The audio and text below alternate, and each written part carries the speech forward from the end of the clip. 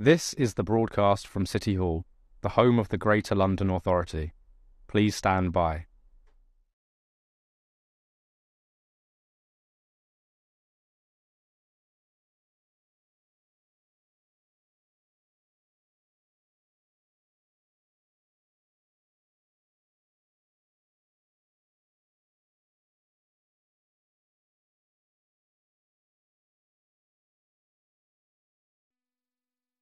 This is the broadcast from City Hall, the home of the Greater London Authority. Please stand by.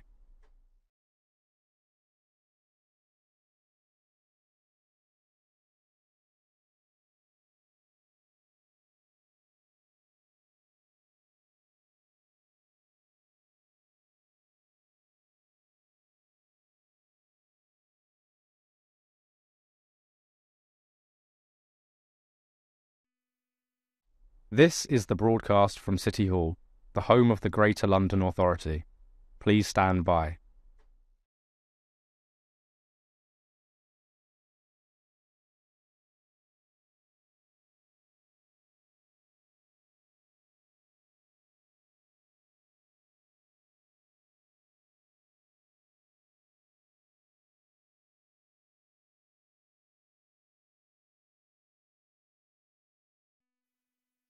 This is the broadcast from City Hall, the home of the Greater London Authority. Please stand by.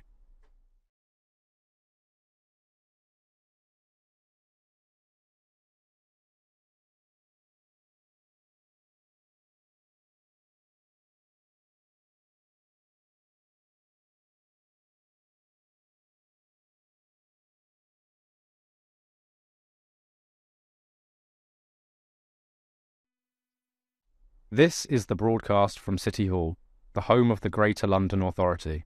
Please stand by.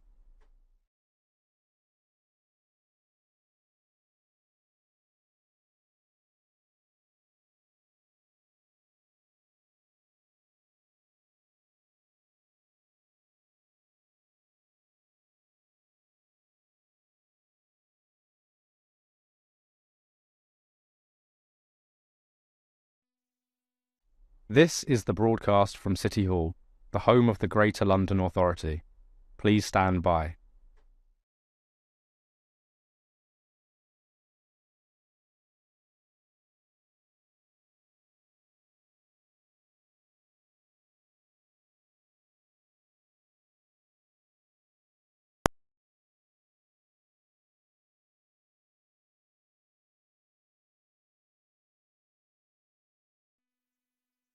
This is the broadcast from City Hall, the home of the Greater London Authority. Please stand by.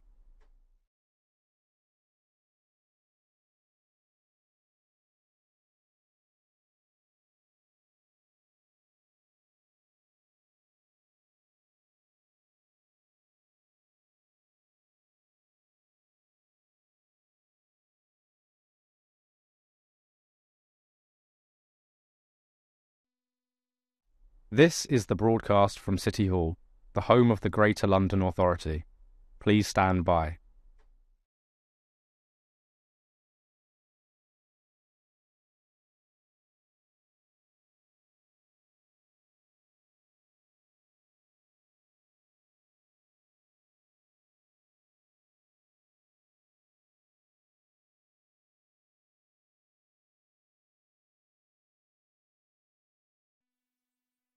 This is the broadcast from City Hall, the home of the Greater London Authority.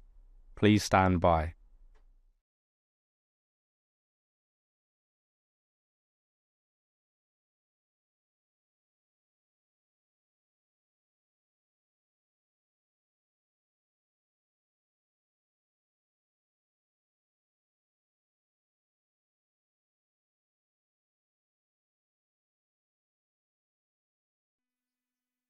This is the broadcast from City Hall, the home of the Greater London Authority.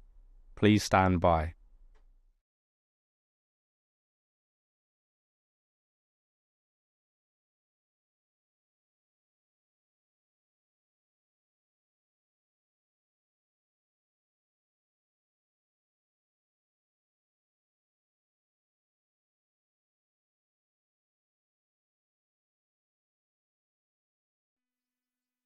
This is the broadcast from City Hall, the home of the Greater London Authority. Please stand by.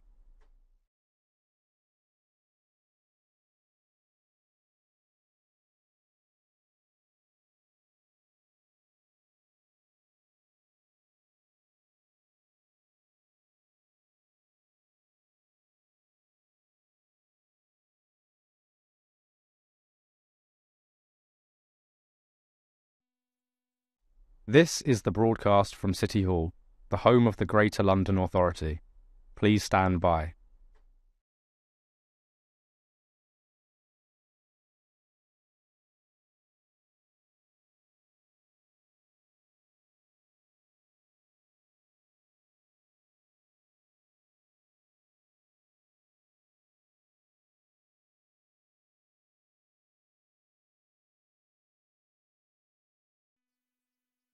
This is the broadcast from City Hall, the home of the Greater London Authority. Please stand by.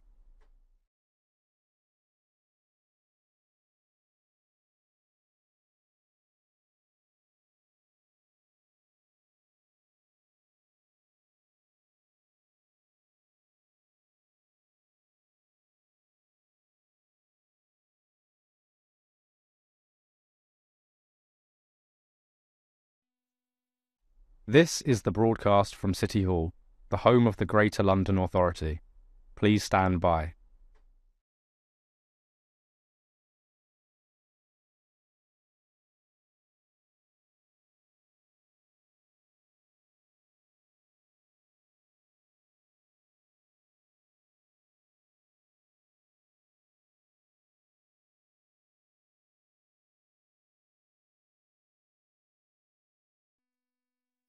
This is the broadcast from City Hall, the home of the Greater London Authority. Please stand by.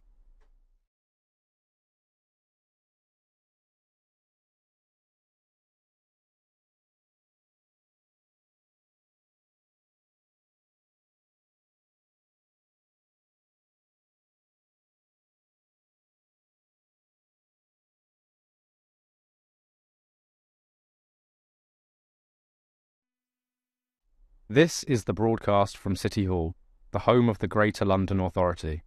Please stand by.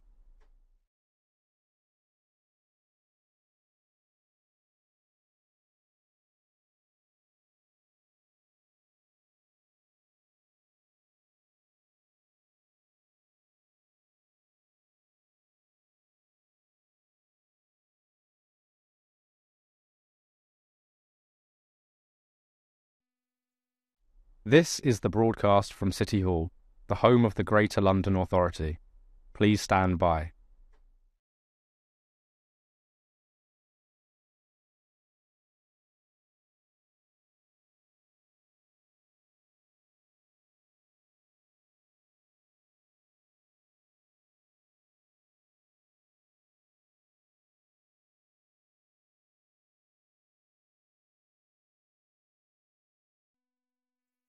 This is the broadcast from City Hall, the home of the Greater London Authority. Please stand by.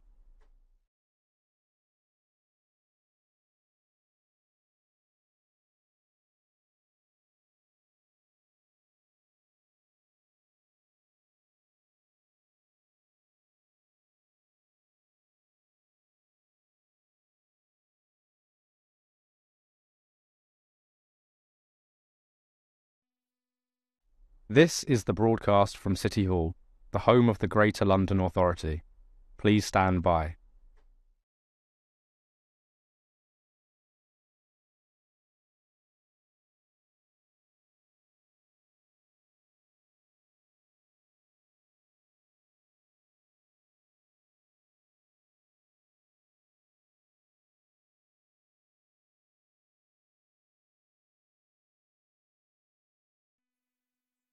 This is the broadcast from City Hall, the home of the Greater London Authority. Please stand by.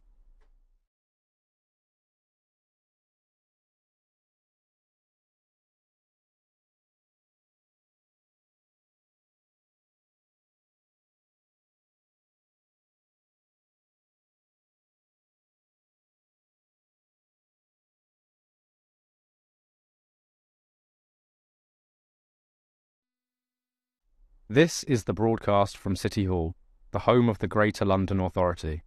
Please stand by.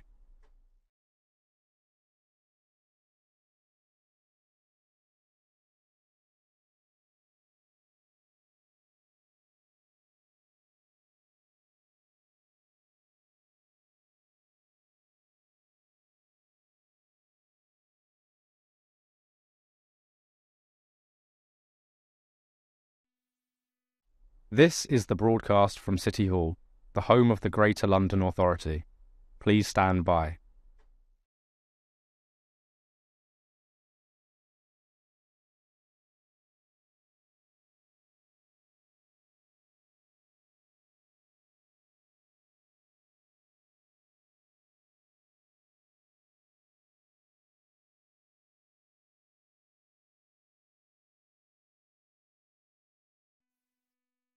This is the broadcast from City Hall, the home of the Greater London Authority. Please stand by.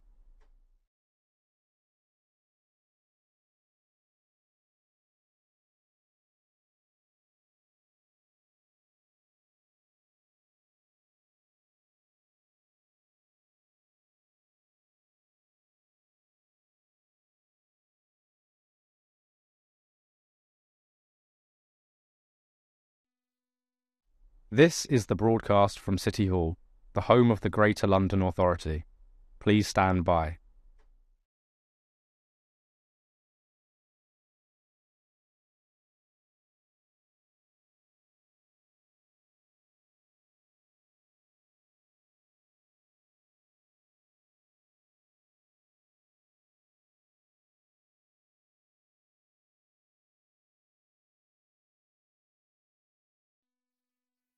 This is the broadcast from City Hall, the home of the Greater London Authority. Please stand by.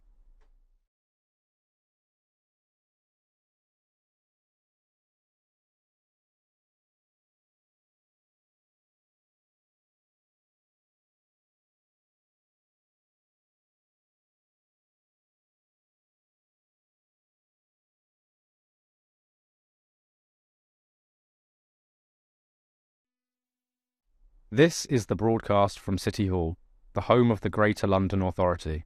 Please stand by.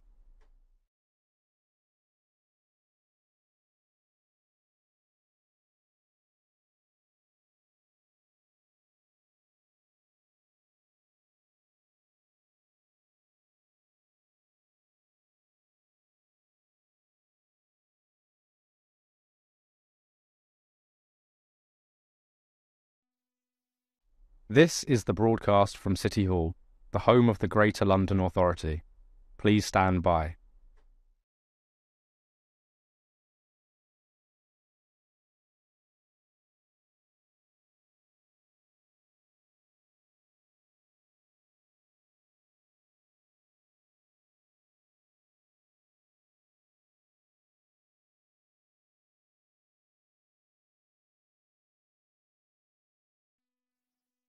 This is the broadcast from City Hall, the home of the Greater London Authority. Please stand by.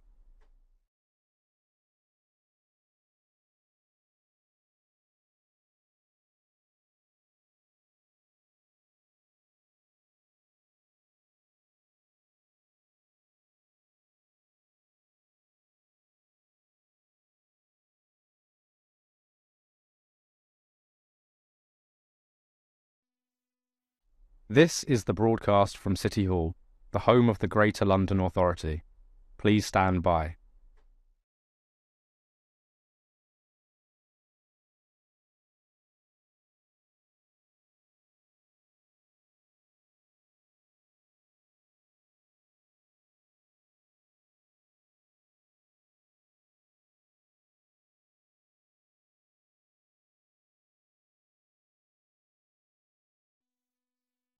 This is the broadcast from City Hall, the home of the Greater London Authority. Please stand by.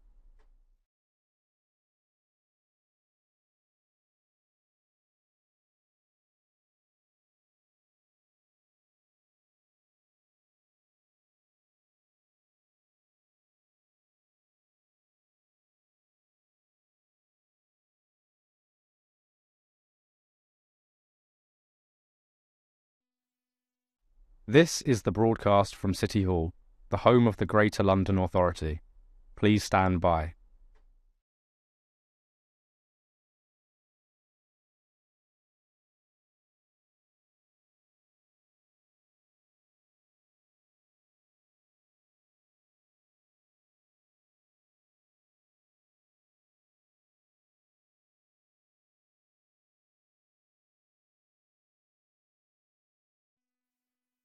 This is the broadcast from City Hall, the home of the Greater London Authority.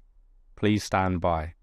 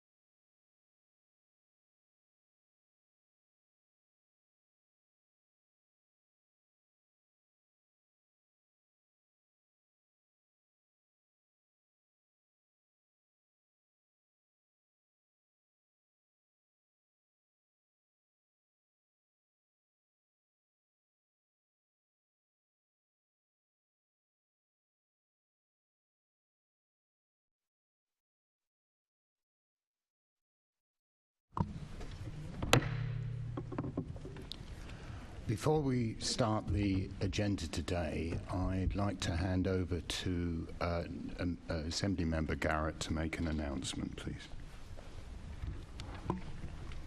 Thank you, Chair. I think some of you have heard already there's some very sad news this morning of a member of staff from our group, Luke Mackenzie, who many of you will have known and worked with for a long time. He's been a member of staff here since 2018.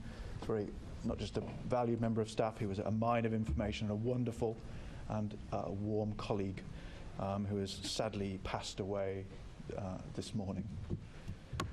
So I would just like to express, I think on behalf of all of us, the members, and I know members of staff and in all of the political groups who'd worked with Luke, who are obviously feeling very upset at the news this morning. And so on behalf of all of us, I know we would all like to send our thoughts and condolences to Luke's family and his friends this morning. He was a wonderful colleague and he will be very sadly missed. Thank you, Chair. I think it now appropriate if we could stand and observe 1 minute's silence.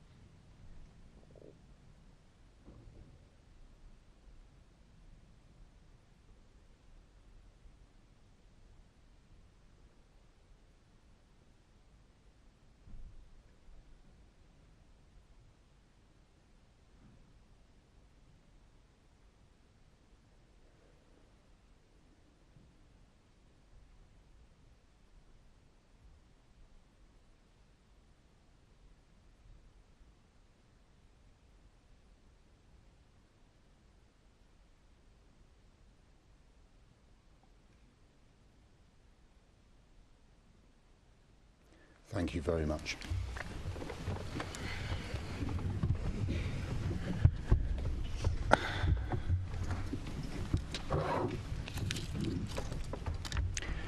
The London Assembly is the voice of London, composed of 25 members elected at the same time as the Mayor in order to hold him to account and to scrutinise his policies.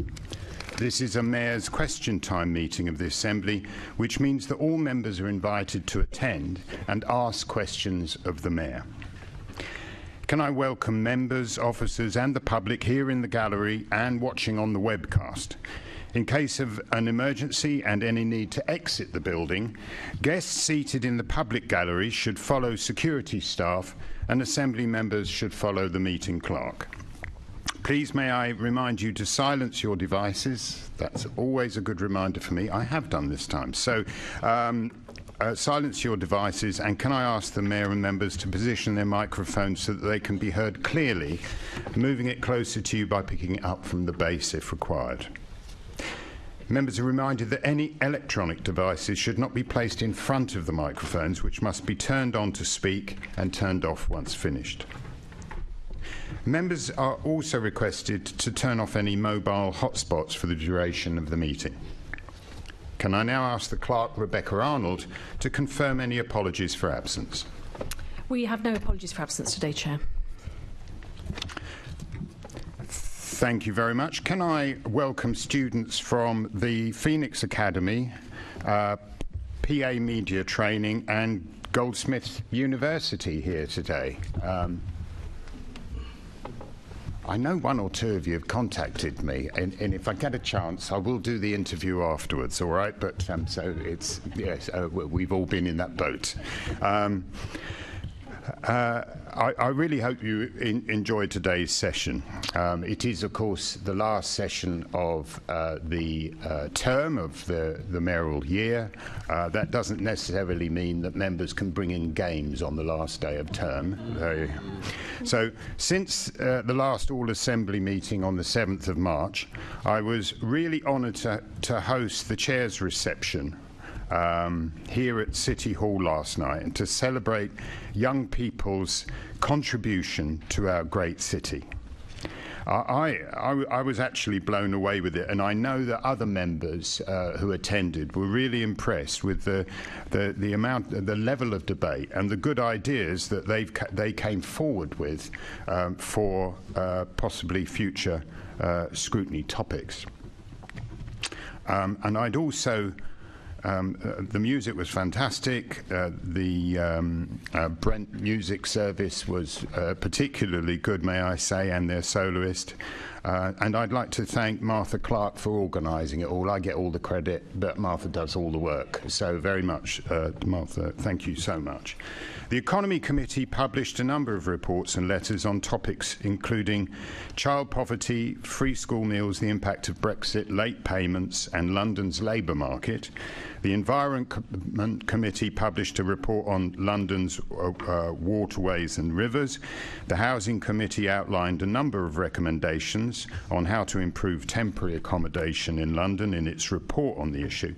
And the Police and Crime Committee published a report on preventing violence for young people, which was actually alluded to in last night's Chair's event.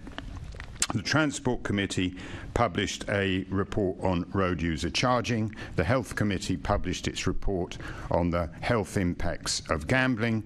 The Oversight Committee published its report on the GLA group consultations, and they also met to discuss the City Hall relocation as we approach 2 years since the move.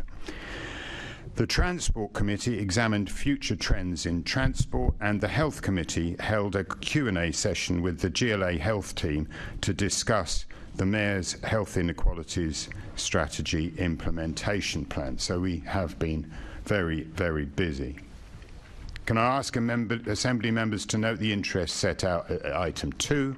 And do Assembly members have any other disclosable pecuniary interests which relate to the items on the agenda for today's meeting, or any other relevant interests, including any declarations in relation to gifts and hospitality, which are not reflected on the authority's register of gifts and hospitality?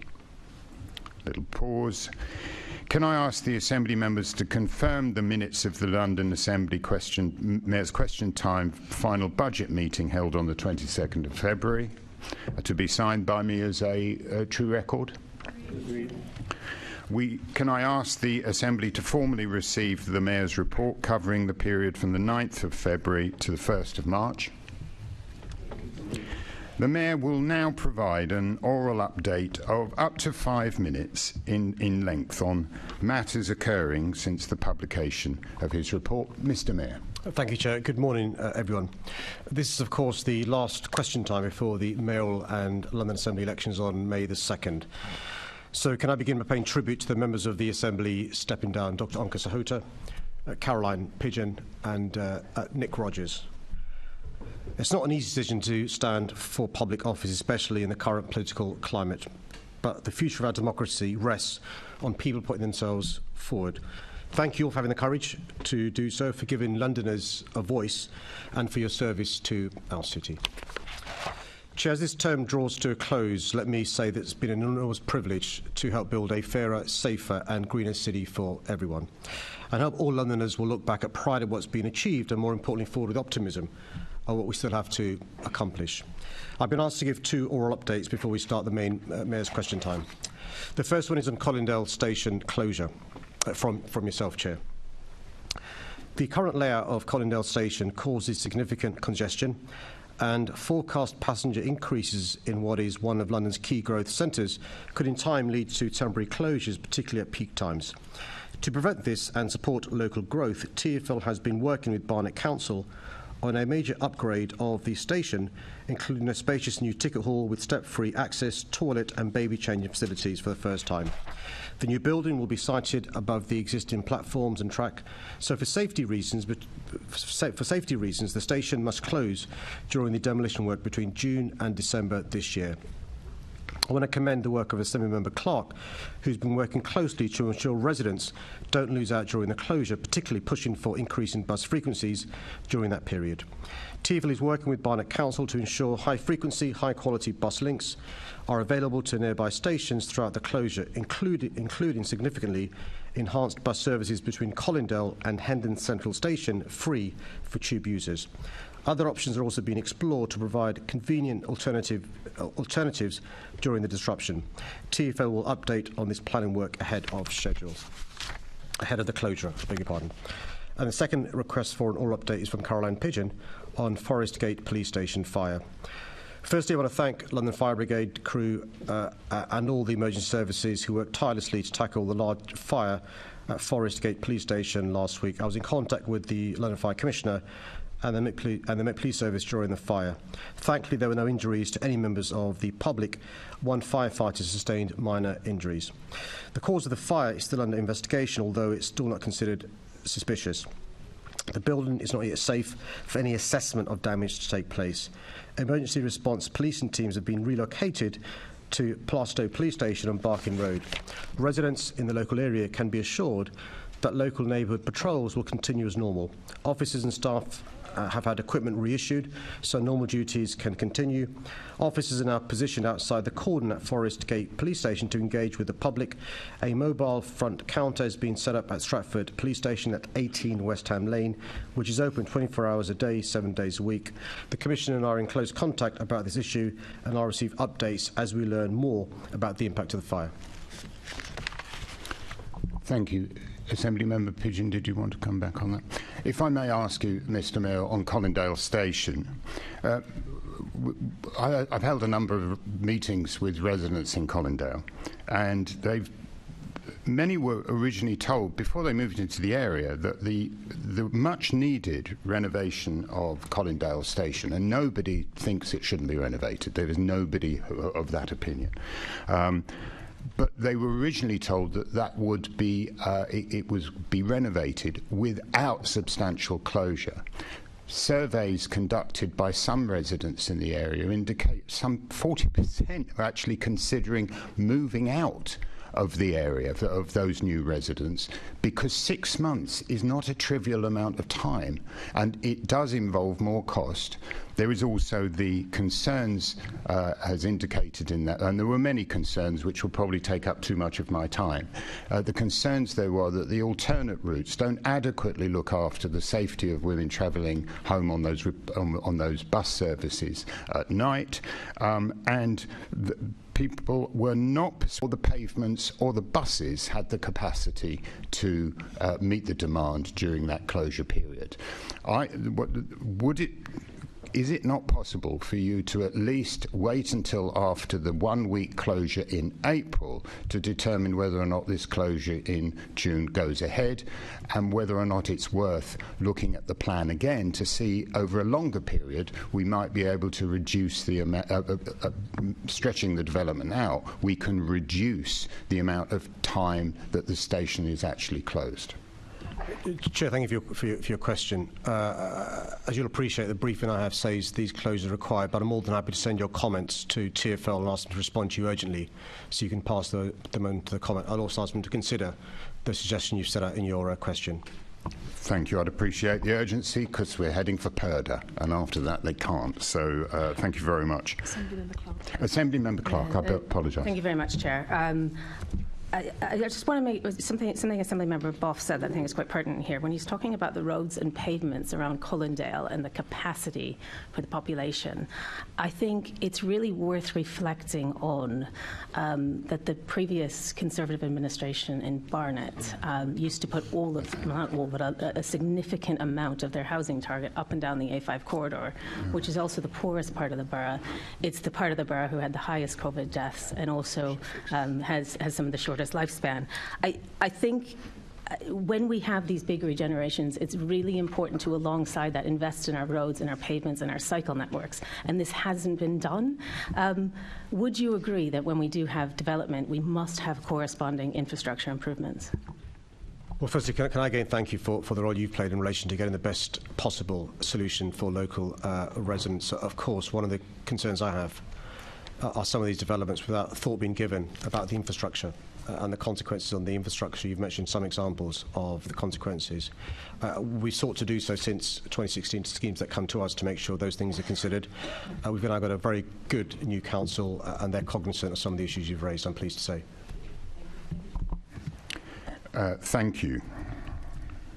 We now move on to questions on the priority order paper.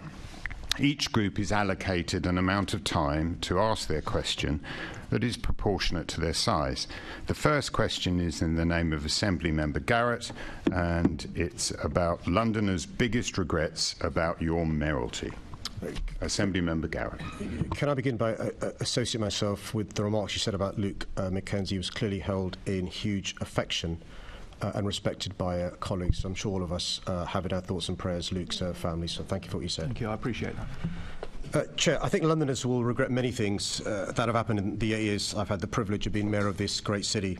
I think Londoners will regret the decisions made by the government of the budget just last week. The Chancellor could have introduced measures to help those most in need of support through the cost of living crisis. Instead, he announced policies that will benefit the highest earners most. I think Londoners will regret that the government did not take the opportunity to provide the desperate investment our boroughs need.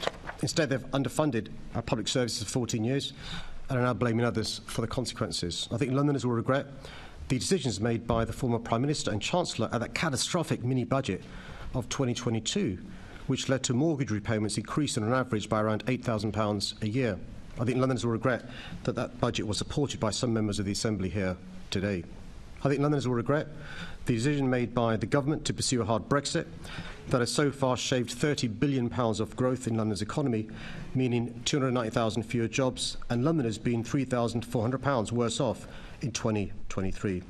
I think Londoners will regret the catalogue of failures this government has overseen over the past 14 years, including during my 8 years as mayor. For example, young people hit hard by austerity cuts to youth provision, older Londoners left vulnerable during the pandemic, homeowners facing higher mortgage payments, renters at the mercy of unscrupulous landlords with no government help, workers forced to strike in the face of government real-term wage cuts, and perhaps most damning of all, as a result of government failures, this being the first Parliament in modern history to see a fall in living standards. What I don't think Londoners regret is the action I've taken amongst this backdrop of government failure to improve our city by providing free school meals to every state primary school child in London, both this year and next, saving families up to £1,000 per child over 2 years, opposed by the Tories. Getting London building again with more new council homes for Londoners than at any time since the 1970s, opposed by the Tories. Tackling the triple threats of congestion, air pollution and climate change, opposed by the Tories. Providing 100,000 vulnerable young people with access to a personal mentor, opposed by the Tories. And putting 1,300 more bobbies on the beat to keep Londoners safe, and funding 500 additional PCSOs, opposed by the Tories. I could go on, but I suspect the member may want to respond. So, in July 2021, you reassured Londoners that you had, and I quote, no plans to extend the ULEZ to Outer London. And then a few months later, you announced plans to do exactly that. Do you think Londoners would regret believing you when you told them that you had no plans? I've been quite clear. The decision to expand the ULEZ so it covers Outer London was a difficult one, but I think it's the right one. Just like none of us will put up with dirty water, none of us should put up with dirty air. We've seen the massive improvements in air quality in central London and inner London because of the ultra-low emission zone. We expect there to be similar improvements in outer London with the expansion. The good news is 19 out of 20 people seen driving on average in outer London. No, you're into your talking points. You're answering a different question from the one that I answered. You're not listening as usual. In that answer that you gave in July 2021, you referred to that. You said you referred to the things that were going, and you said you believe this strikes the right balance to deliver the biggest air quality improvements as quickly as possible. And as I say, in July 2021, you said, I have no plans to extend the ULEZ to Outer London. Do you think Londoners might regret thinking that you should be taken at your word when you said that? I think Londoners support this policy, which can be shown by the fact that 19 out of 20 Londoners seen driving in Outer London now have a ULEZ compliant vehicle. They don't pay a penny more, yet they're seeing benefits of cleaner air. That's 95% of vehicles are now ULEZ compliant. You were aware you're talking about, you're not answering my question, aren't you?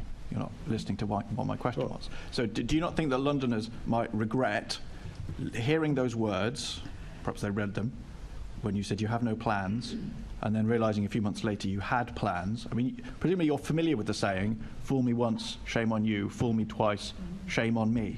Is that a saying you're familiar with? Well, we're using that in the general election to warn the people about this Tory government, what they've done over the last 14 years, and some of the reasons they'll be doing that is for what I said in my answer to your first question.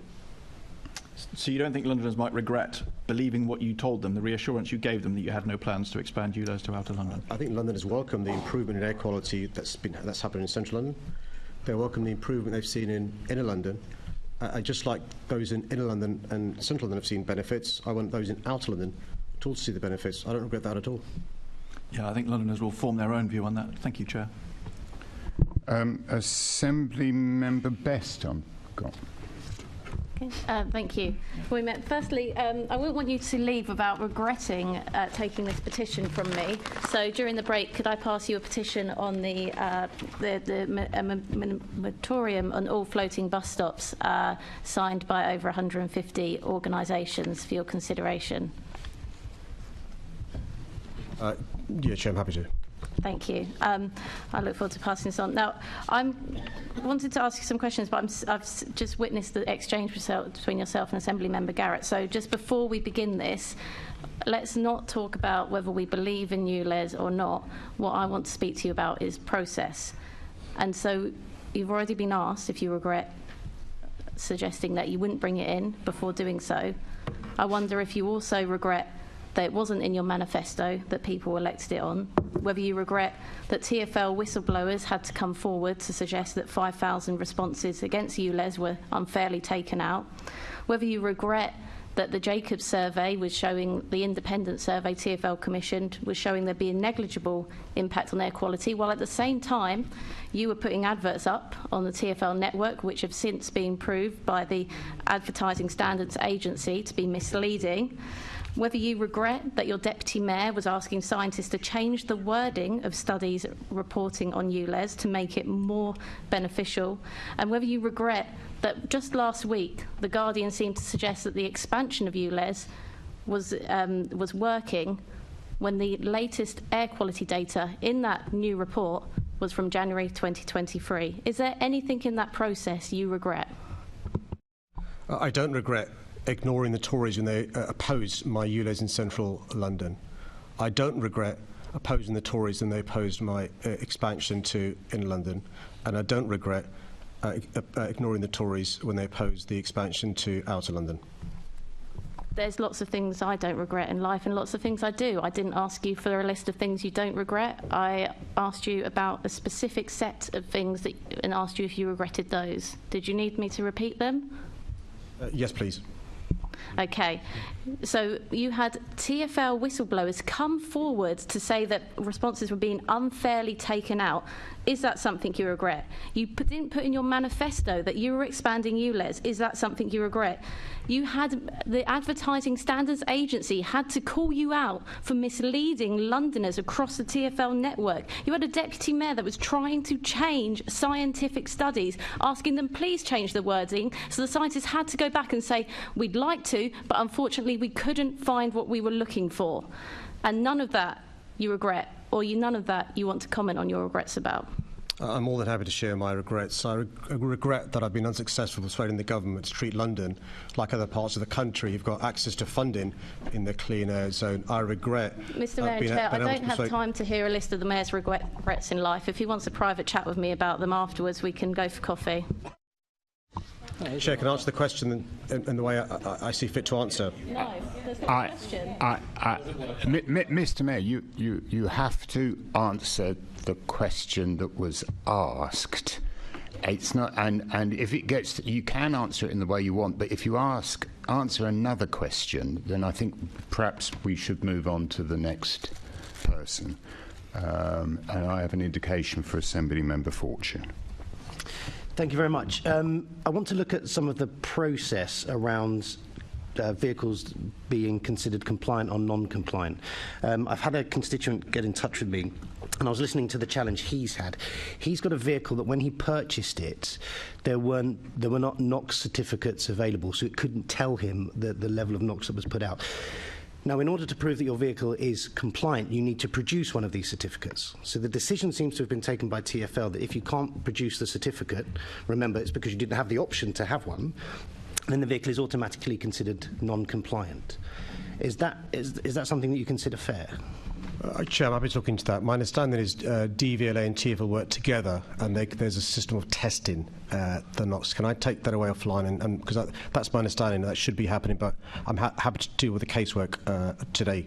Okay, because the problem is there's an increasing number of people who are quite concerned that it's just had a computer says no response. So I would appreciate you going around and coming back to me about that. Did you say you could do it today? Because that would be very useful for me. The Chair's reminder that about pre-election period. I'll come back to you today, otherwise it's no good to you. Thank you, that would be very useful. And we are moving into that pre-election period now, which means we're not going to have that air quality data, which is a shame. We were trying to get it for 4 months and 5 months, and we didn't manage to get it. When do you think that will be published? Well, the experience from the ultra-low emission zone in central London and in outer London is once they've got the 6 months worth of data, it takes some months for them to analyse the data and then have the peer review and so forth. And I can find out how many months after 6 months it was for central in London. I think it's 4 or 5 months after that 6 month period. My understanding is, but I can send you the dates when that was, and I think that's a good comparator in relation to outer London. Right. Just to finish up, because you talked there about inner London and outer London, and this is probably it will be our last exchange. I travelled in today from Zone 6, and it's the Friday fares freeze. Do you know how much money I saved travelling in from outer London to come in here today? None whatsoever. No. Again, it's another example of outer London not experiencing some of the benefits that have been provided to inner London because of that fares top-off. And I would implore people at this Assembly and the next Mayor to remember the particular challenges that outer London has, and not to focus everything just specifically on inner London. But thank you, Chair. I'll leave it there. Thank you. Assembly Member Prince, please. Thank you, Chair. Sorry, Mr. Mayor. Question on the central line. Sorry, is there? Hold on. Is there some concern? I think usually a question's put to the mayor and to the mayor, and he gets a chance to respond before you move on. Assembly Member Fortune, was there a question at the end of your tailing off system? Tailing off. I'm going to miss you, Len. You're so charming. Well, you know, you're going off to will other you agree places to help and for the Assembly to make sure that they consider outer London and not just inner London?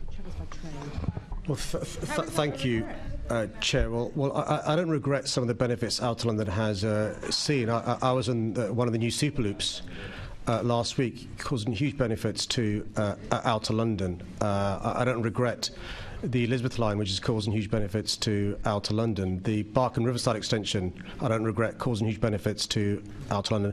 The fares freeze opposed by the Tories, huge benefits to Outer London. Off-peak Friday, huge benefits to Outer London. Those below the age of 18 still getting free travel, huge benefits to children in Outer London. Those above the age of 60 still receiving free travel, huge benefits to those in Outer London. I'll carry on making sure we have policy that benefit Outer London, Inner London and Central London. Thank you. Assembly Member Rogers, please. What about me?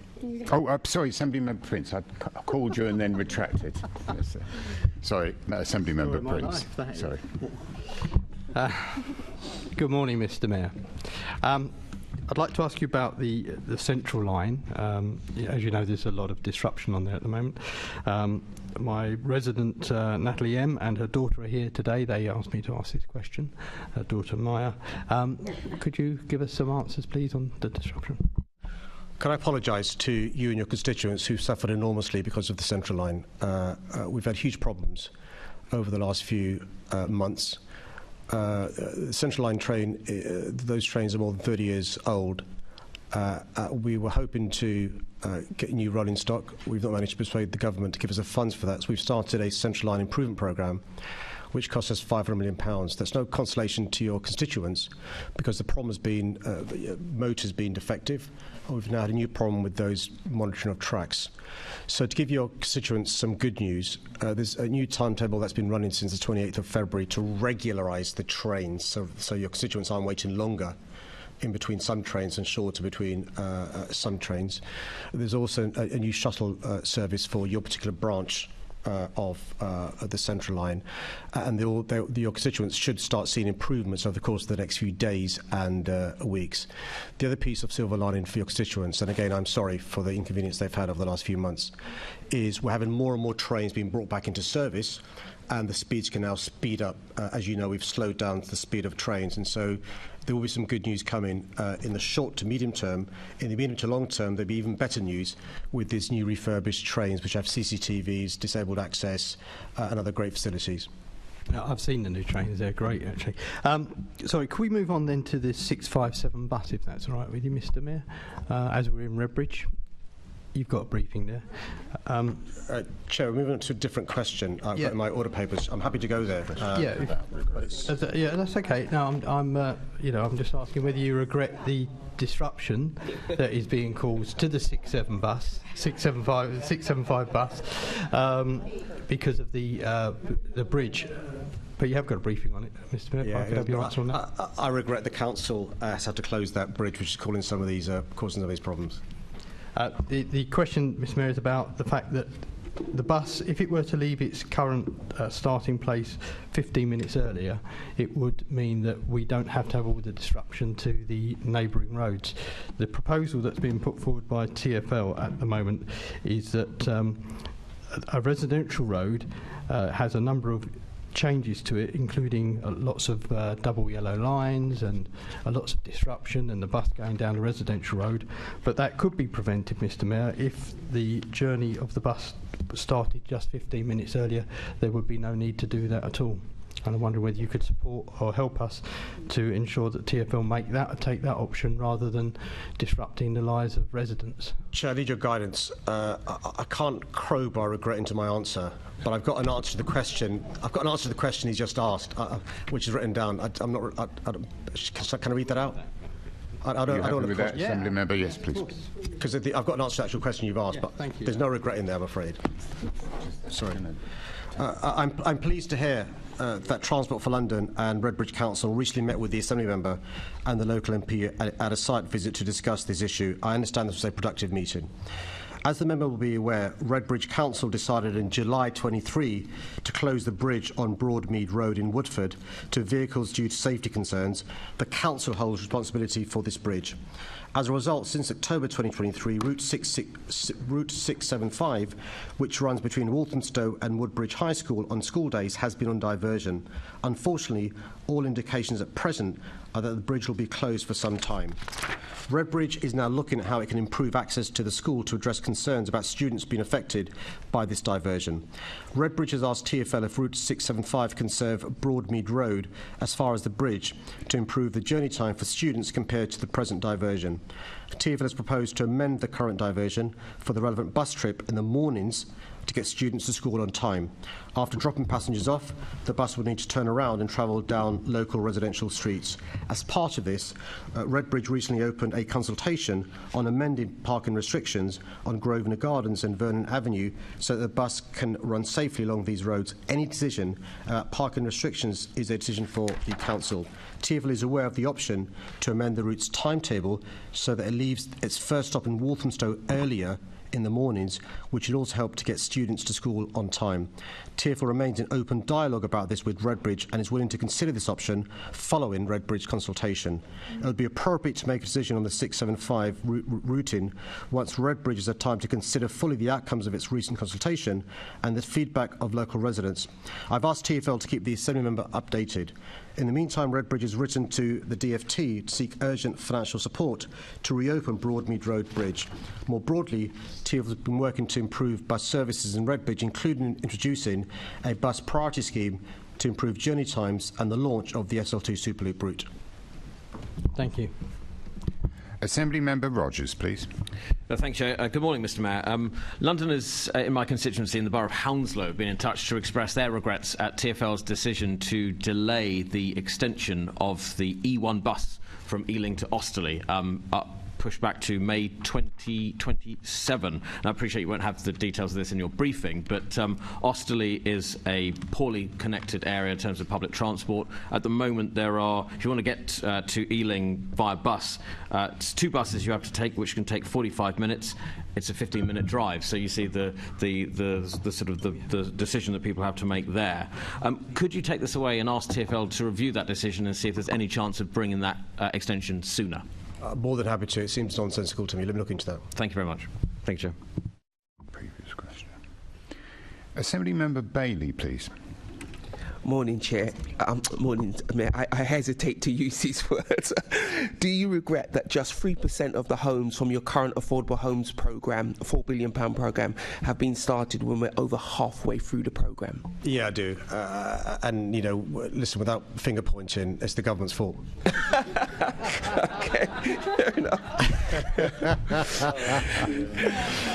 No, seriously, I was just teasing you. It's the last MQTs. So there's been a perfect storm in the housing market. You know, the construction inflation, you know, the labour and school shortages, the second staircase issues and so forth. There was actually a delay, not the government's fault, but it's a delay in the government and us agreeing the scoping of the 21 to 26 scheme. We only agreed that in July, so the first quarter was gone.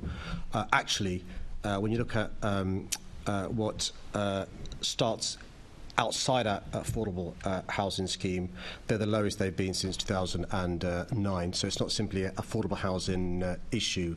And so there is an issue generally in the housing market, not just for affordable housing generally and across the country. That's one of the reasons we're lobbying the government to take advantage in a sort of counter-cyclical nature of pump priming market value homes by doing some affordable homes, taking advantage of the blip in housing.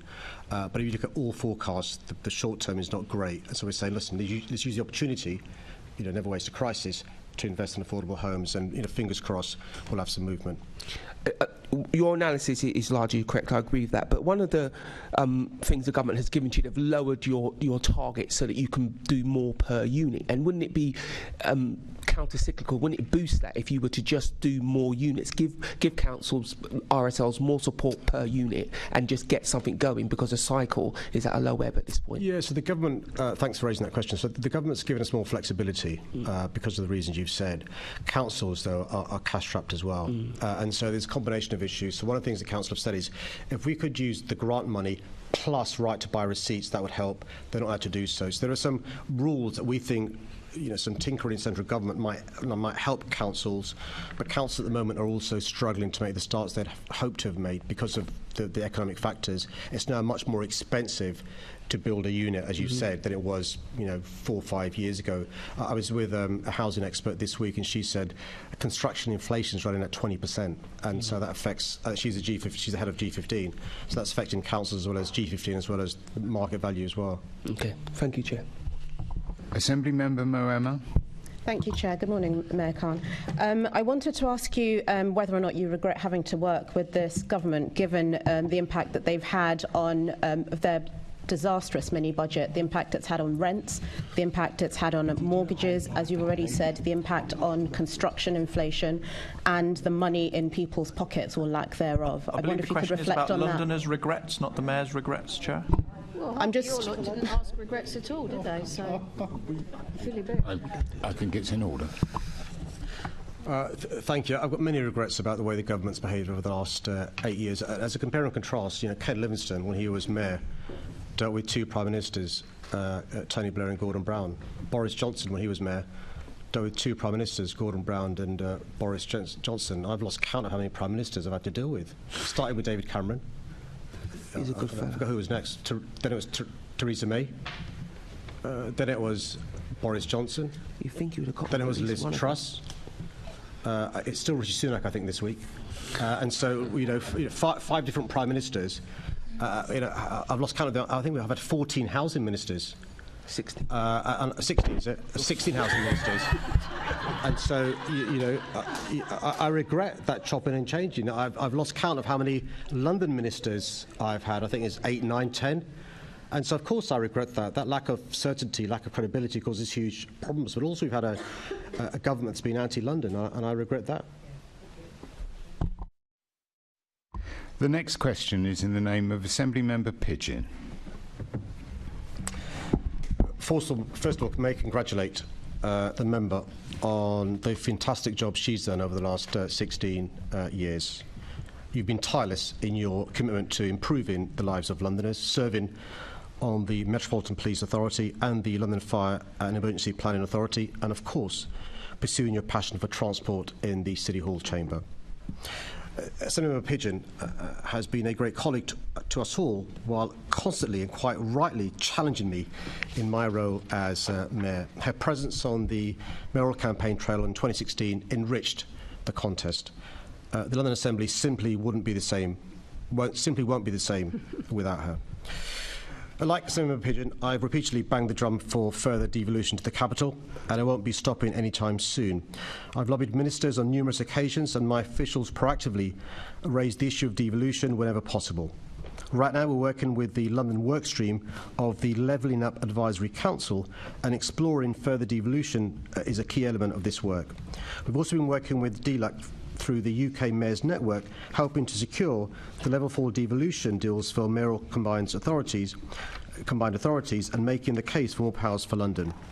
There can be no doubt that we need to see a shift in power away from Whitehall so that places like London have the powers and long-term funding they need. This must include the ability to generate and spend our own resources so they can be targeted where they're most needed.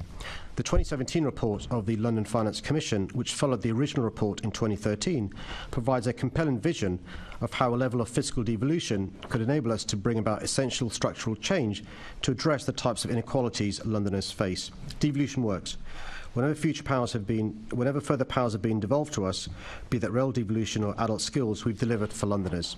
A recent GLA economics report set out that centralisation is holding back London and curtailing our ability to grow, especially compared to our global competitors. Lovely, thank you, and thank you for your kind words. For devolution to truly work, as you've said, powers need to go hand in hand with finance, genuine fiscal devolution. And the UK is one of the most centralised countries in the world. The London Finance Commission report showed London relies on 73.9% of its income from central government grants, which is, compared to international cities, it's so high. You and the previous mayor, as you've mentioned, commissioned the London Finance Commission to produce options for fiscal devolution. Would you consider a third commission to present to the next government with options for raising finance to fund services and infrastructure in London? Chair, the member raises a really important point. I think things have moved on since 2017, particularly with the pandemic and so forth. Can I consider that, depending on what happens on May the 2nd? It's certainly an issue that I think we should come back to, particularly with the fact there's going to be a general election later on this year, and so fresh eyes in relation to this issue. Bearing in mind we've now got metro mayors we didn't have in 2017 or 2013, so I really think it's worth looking into this, particularly with the trailblazer deals they've got, and also some new thought in relation to what we've seen since 2017 with TIF and so forth. Exactly. I mean, I think whoever is mayor after May needs to be looking at this and making that case for government. As you've said, Greater Manchester, West Midlands have negotiated trailblazer devolution deals, far-reaching powers covering regional rail, which we're desperate for here, health and social care, and that single funding settlement, which I think is really crucial, which we've seen in Scotland and Wales. What areas would you like to see greater devolution to London government? Just to give the full picture, so the various mayors around the country do meet regularly with the government and also with Her Majesty's official opposition, and we make these points as a group. So just to reassure her, we are talking in relation to further powers to London. I think the LFC recommendations are still very sound in relation to the sort of stuff we should be getting. What I'd like to see is more innovation when it comes to infrastructure. You and I are both desperate for the Bakerloo line to be extended south. You saw the progress made with the Northern Line extension because of a smart TIF in relation to future receipts from council tax and business rates. You've also seen how we got the Elizabeth line funded. So I'm keen to, at the very least, get that going sooner rather than later so we can get the green light for Bakerloo line. Well, I think finding a way to fund infrastructure going forward is going to be crucial, which is why I kind of think a piece of work around this would be useful for London, but also the other metro mayors. But also the Greater London Authority consists of two political arms, yourself, currently as the executive mayor, and everyone else here as the London Assembly. What further powers would you like to see to support the London Assembly to ensure there is that strong check and balance on whoever's mayor of London? Well, I'm probably the wrong person to ask this question, to ask colleagues on the Assembly. I think the role of scrutiny is very important. I think the way politicians are held to account, generally speaking, is very important. That includes members of the Assembly, by the way, as well. And I think it's a discussion worth having. I'm probably the wrong person to ask because I'm the executive who's been held to account. What we've tried to do is to be transparent in relation to all our dealings to make sure there is that trust and confidence. But I think the reason why your question is so important is I think we're facing an erosion of trust and confidence in all politicians, by the way, and it's a plague in all our houses, and it applies to Scotland, Wales, across England as well. So it's not, I'm not picking on any one particular party. And so, if that addresses the issue of people having more trust and confidence, people feeling closer connected, then I'm all ears. Yeah, well, I hope as your discussions go forward, strengthening the powers of the Assembly will be part of your discussions. Thank you very much. Thank you. The next question is on social housing, and it's from Assembly Member Mo Emma. Thank you. Thanks for your question. I'm deeply concerned by the government's rhetoric. The implication that social housing is scarce because it's disproportionately benefiting foreign households is as untrue as it is inflammatory. As I've said many times before, London is for everyone. No matter where you're born, if you live here, you're a Londoner, and London is your home. And as the Assembly member has noted, in 2021-2022, the vast majority of elite tenants of new social housing lettings were UK nationals. In London, the equivalent figure was 84%. Excluding the small proportion of Londoners the government's proposal would impact will not solve the housing crisis. Instead of addressing long-standing issues of lack of investment in social housing, these proposals seek to blame current shortages on a minority of Londoners who are legally entitled to housing. London should be building for all who call this city home. The cause of London's housing shortage is decades of government underinvestment. I'm proud that we've started to turn the situation in London around during my mayoralty.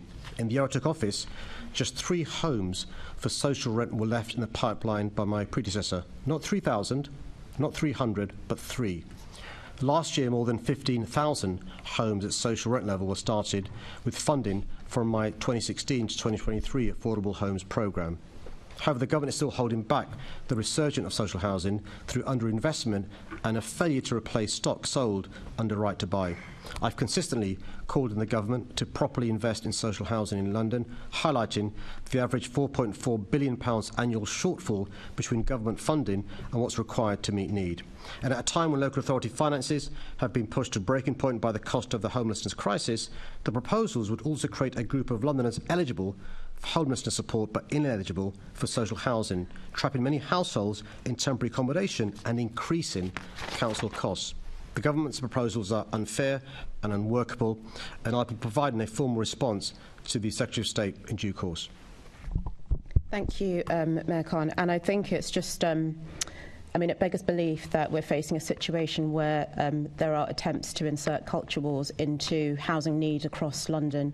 And I think long may all members of this Assembly and you continue to resist that.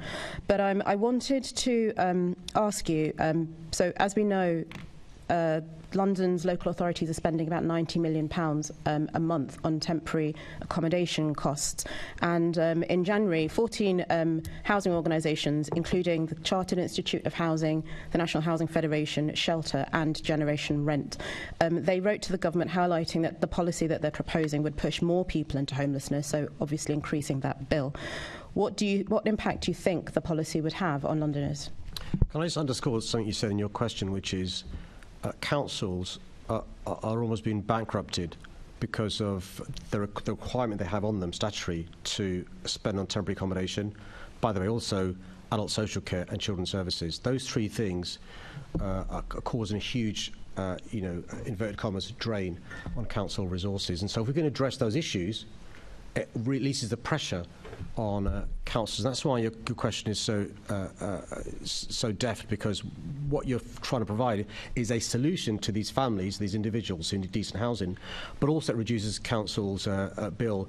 And I make this point: if we build more council homes and we show these people eligible for the council homes, it means less money being spent on housing benefit as well as temporary accommodation. So look, there's a reason why those experts, those groups, wrote to the government highlighting the policy would push more people into homelessness. When you've met anybody who's homeless and you see the quality of life they have, the life expectancy they have, you know how demoralising and heartbreaking it is. And every rough sleeper we get off the street permanently is a success. But every person we stop getting on the sleep is a bigger success. Thank you. And then finally, another organisation that's party to trying to solve the housing crisis, Crisis, who have actually just in the last few days launched an ethical lettings agency, which I think is really welcome to try and deal with homelessness. But their chief executive was also critical of the proposals and said that actually what we need is reasonable, sensible solutions to the housing crisis. And these sorts of exclusionary tactics will do nothing to end homelessness.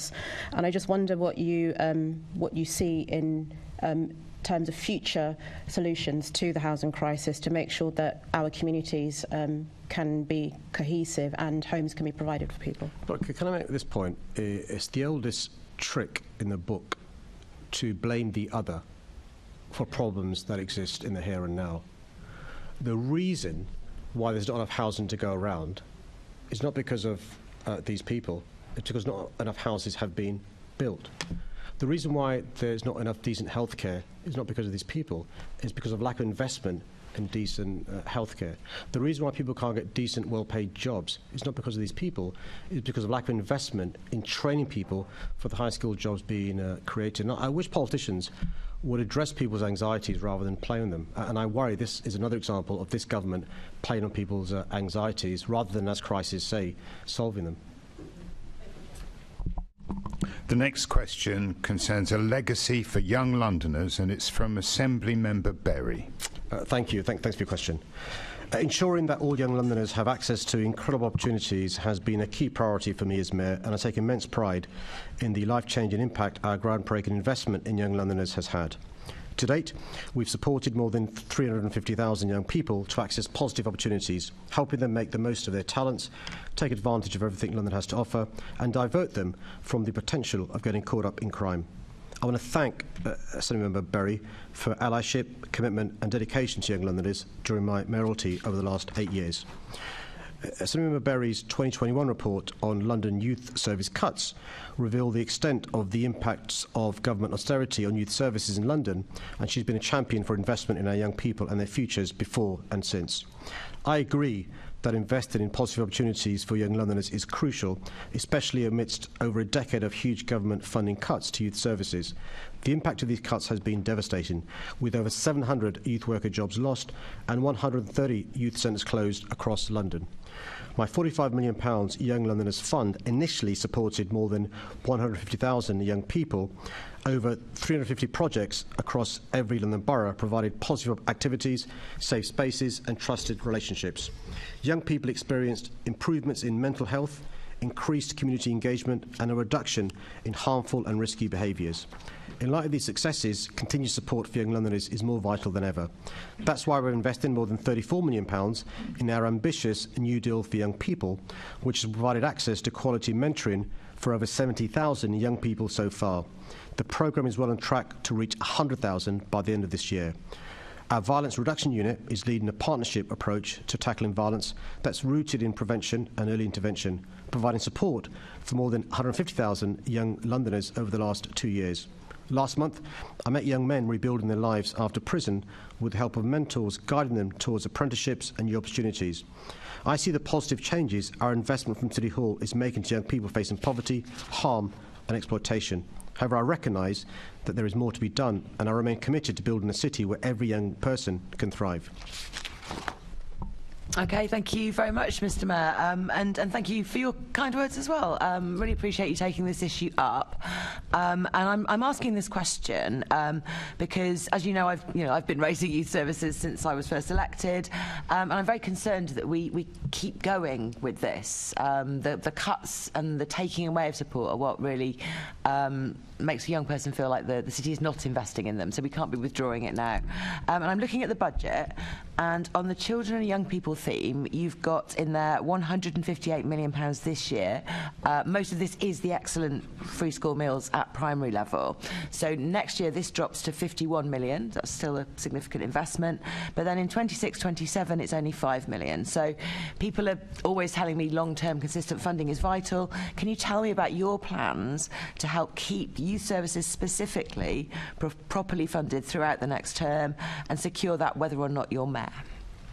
Thank you. So you're spot on in relation to short-term spending on this is not good enough. We need to have long-term investment, multi-year deals for youth services. None of us would accept a job that's only 6 months or a year, and you wouldn't expect youth workers to do so. As what we've tried to do is to give the grants for 2-3 years to give them certainty so they can plan. And the intention is very much so, should I have the privilege of being elected on May the 2nd, to continue to invest in the long term on the sort of stuff you've seen, particularly over the last few years. Okay, does that mean that after the election we might see some boost to the budget in that theme then? Because that's kind of what I'm looking for, so put that into the 26-27. I think your question was 26-27, and so we'll have a new government by then, we hope. Right. We'll also have a comprehensive spending review.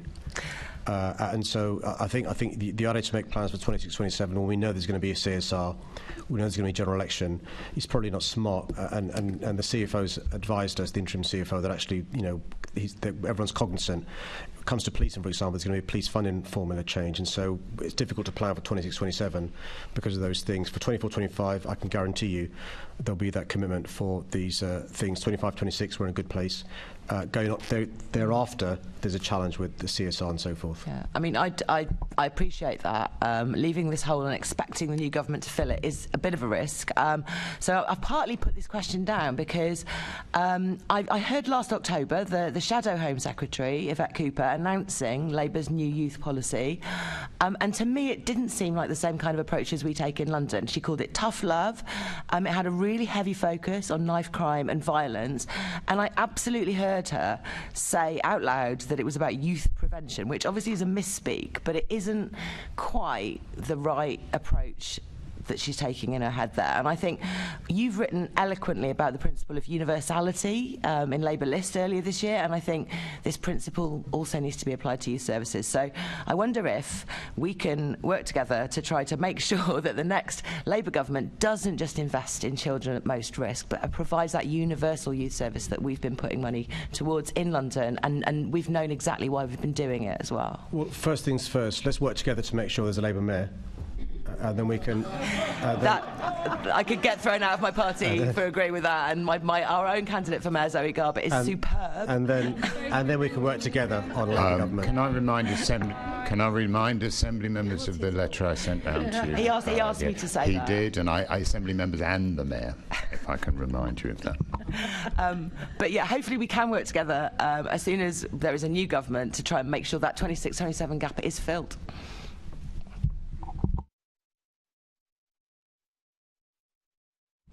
The next is Assembly Member Ahmed. Go ahead.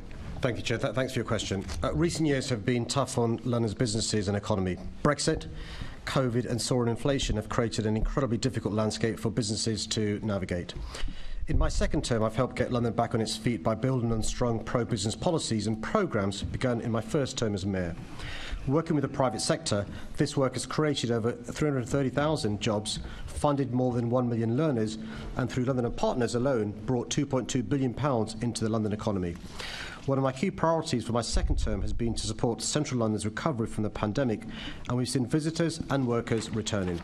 We've invested £14.5 million in Let's Do London, a tourism campaign led by London and Partners, which has brought over £500 million in extra tourism spend to London, helping the capital's hotels, restaurants, bars and cultural attractions recover from the pandemic. The Elizabeth line has seen more than 300 million journeys since its opening, bringing a boost to entertainment venues, leisure and cultural hotspots across the capital. Now I'm saying to office workers and visitors, let's do Fridays. TfL's off-peak Friday Fares trial started just last week. Earlier this year, I launched the new Grow London local service delivered by London and Partners with investment of £8.7 million from London's UK Shared Prosperity Fund. This provides a single front door for small business support in the capital, helping small businesses to access the right support in the right place at the right time. It replaces my London Business Hub with a new digital and in-person service working with London boroughs to bring together business support packages under a single banner. I'm continuing to work closely with businesses and entrepreneurs who are telling me they're not getting the national support they need amid this government's mishandling of the economy. That's why, as I work with businesses to boost both London and the UK's economic productivity, I'm also calling out the issues holding our economy back. I'm calling for a better Brexit deal for businesses and urging ministers to devolve to London the levers to deliver economic growth and lasting social change for the benefit of the whole country. Thank you, Mr Mayor. Good morning, and may I wish you and your family Ramadan Mubarak. Mr Mayor, your second term has sadly coincided with the government's cost of living crisis and the former Prime Minister Liz Truss's disastrous mini-budget, which wrecked the economy, which you've expressed your regret for, and my goodness, don't we all regret it. One of the initiatives that you've implemented is the Universal Free School Meals policy, which I'm not going to ask whether you regret feeding 287,000 children with your policy, but given that a third of London's children live in poverty, what else have you done to support them and their families?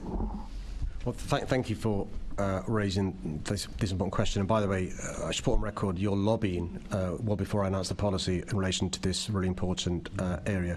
So the Universal Free School Meals provision is really important because that's the centrepiece of a child's nutritious, healthy meal during the course of the day. Often, when you speak to some of the families, unfortunately, some of these children aren't getting decent breakfast or decent evening meals. So it is very, very important. We've supplemented this with free holiday meals, really important. We've so far provided 10 million free holiday meals, and we've extended this for another year as well. One of the things we've realised is many families are eligible for benefits, but they're not claiming them. So we've invested in law centres and CABs to give advice, and also gone into schools to give advice to parents in relation to benefits they're eligible for, entitled to, but not getting. And the great news is tens of millions of pounds has been returned to people's purses and wallets because they're now receiving the benefits they weren't entitled to. The other big thing we're trying to do is to give those Londoners who are in minimum wage jobs or low paid jobs the skills to get better jobs, to get better wages. And at the same time, we're trying to encourage more and more employers to be living wage employees. There's been a six-fold increase since I became mayor, and Joanne McCartney's worked incredibly hard to make sure the living wage increases. That's gone up by, I think, 40% in the recent past. But there are other things we're doing to make sure we can support those families who are experiencing the consequences of the cost of living crisis. Many of them, by the way, are working really hard in one job, two jobs, still find it difficult to make ends meet. Thank you, Mr Mayor, and I think you raise a really important issue about low pay. We've had the universal credit claimant figures out again this week, and unfortunately now above pandemic levels during that time, when people were claiming during that time. Thank you very much for your response, Mr Mayor. Thank you, Chair.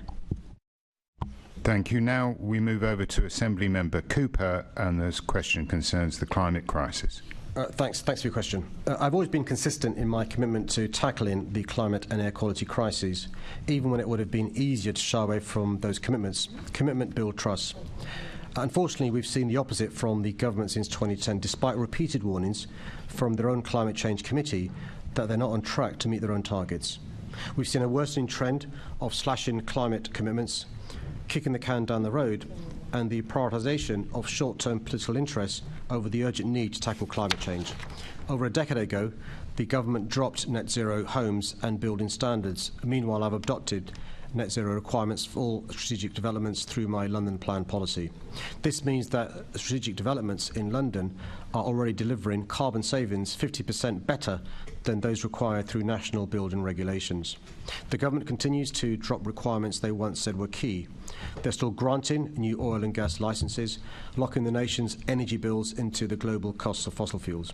This is despite strong public backing for climate action, support across the political spectrum, and pleas from businesses to provide clarity and a sustained path to net zero. I'm afraid I'm with the majority of the country who don't trust the government to deliver on climate change. But I know London can continue to show another way is possible. I'm proud we're the world's capital for climate finance. I continue to do everything I can to deliver net zero by 2030 in a just transition. We've created the world's largest clean air zone of its kind. We're delivering net zero new developments. We've got the largest zero emission bus fleet in Western Europe. We've got a third of the UK's electric vehicle charging points. We're divesting our pension fund from fossil fuels. We're delivering for Londoners. The UK, like London, can once again re-establish its international leadership on environment and climate by investing in green solutions and realising the economic and social benefits that will flow. Thank you very much, Mr Mayor, and I think there is a great track record here, but I think it would, and I want to talk a bit about the government and the overall context in which London operates in a moment.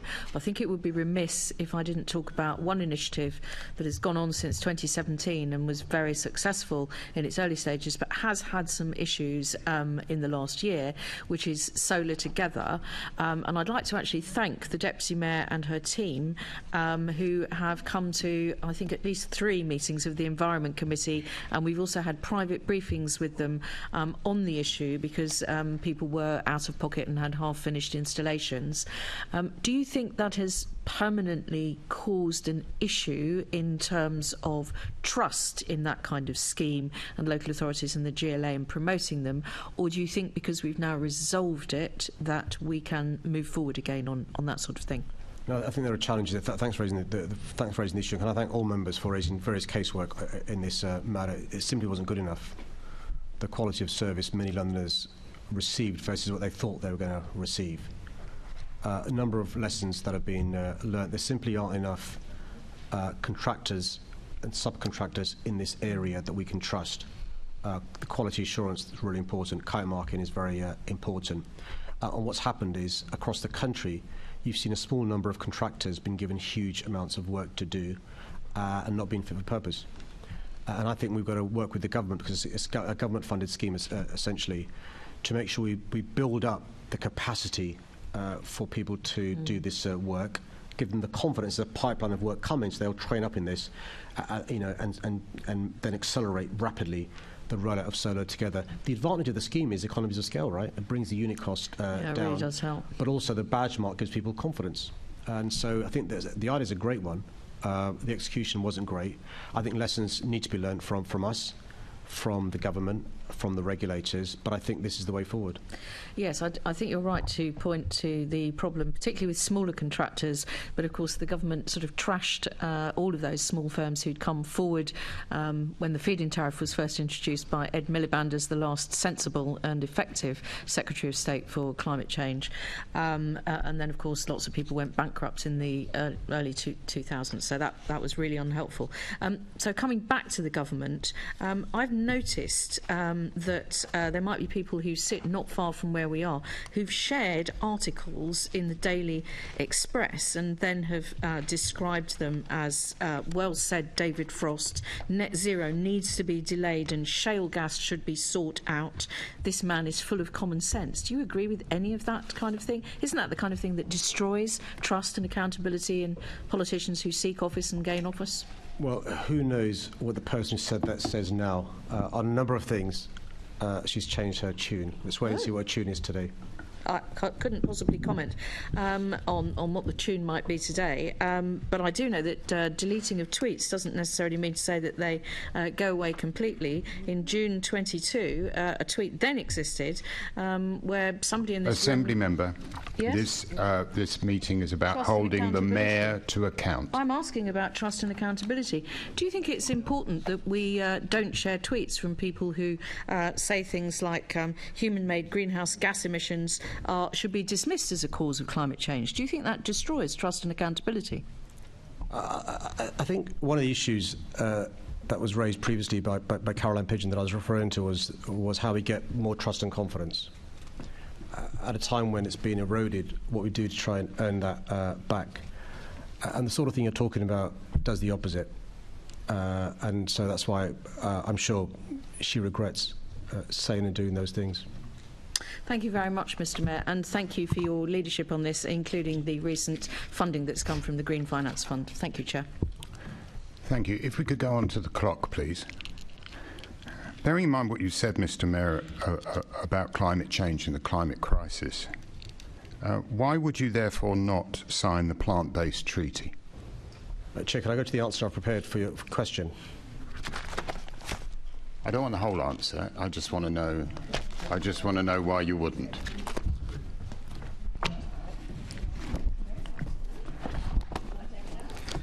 Thank you, Chair. My understanding is that the plant-based treaty covers many sectors far beyond the legal competence of the Mayor of London, such as farming practices and marine ecosystems. I've been focused on taking action in areas where I have influence. This includes delivering the London Food Strategy, which outlines the importance of an equitable, resilient and climate-friendly food system. In London, our emissions are mainly from buildings and transport. In 2021, this made up 92% of our emissions, while agriculture, forestry and other land uses made up just 0.4%. That said, we do need to be looking at food waste, and we're aiming to reduce household food waste by 50% by 2030. Mr Mayor, thank you very much for that. It sounds like your briefing is pretty much the reply you sent to Assembly Member Polanski some while ago. It would have been nice to have had a reply to that, to the question that I put to you. Now, this question I put to you will have its birthday next week. It's been almost a year since we've got a reply. Your colleagues in Lambeth don't seem to think that it is irrelevant to Lambeth.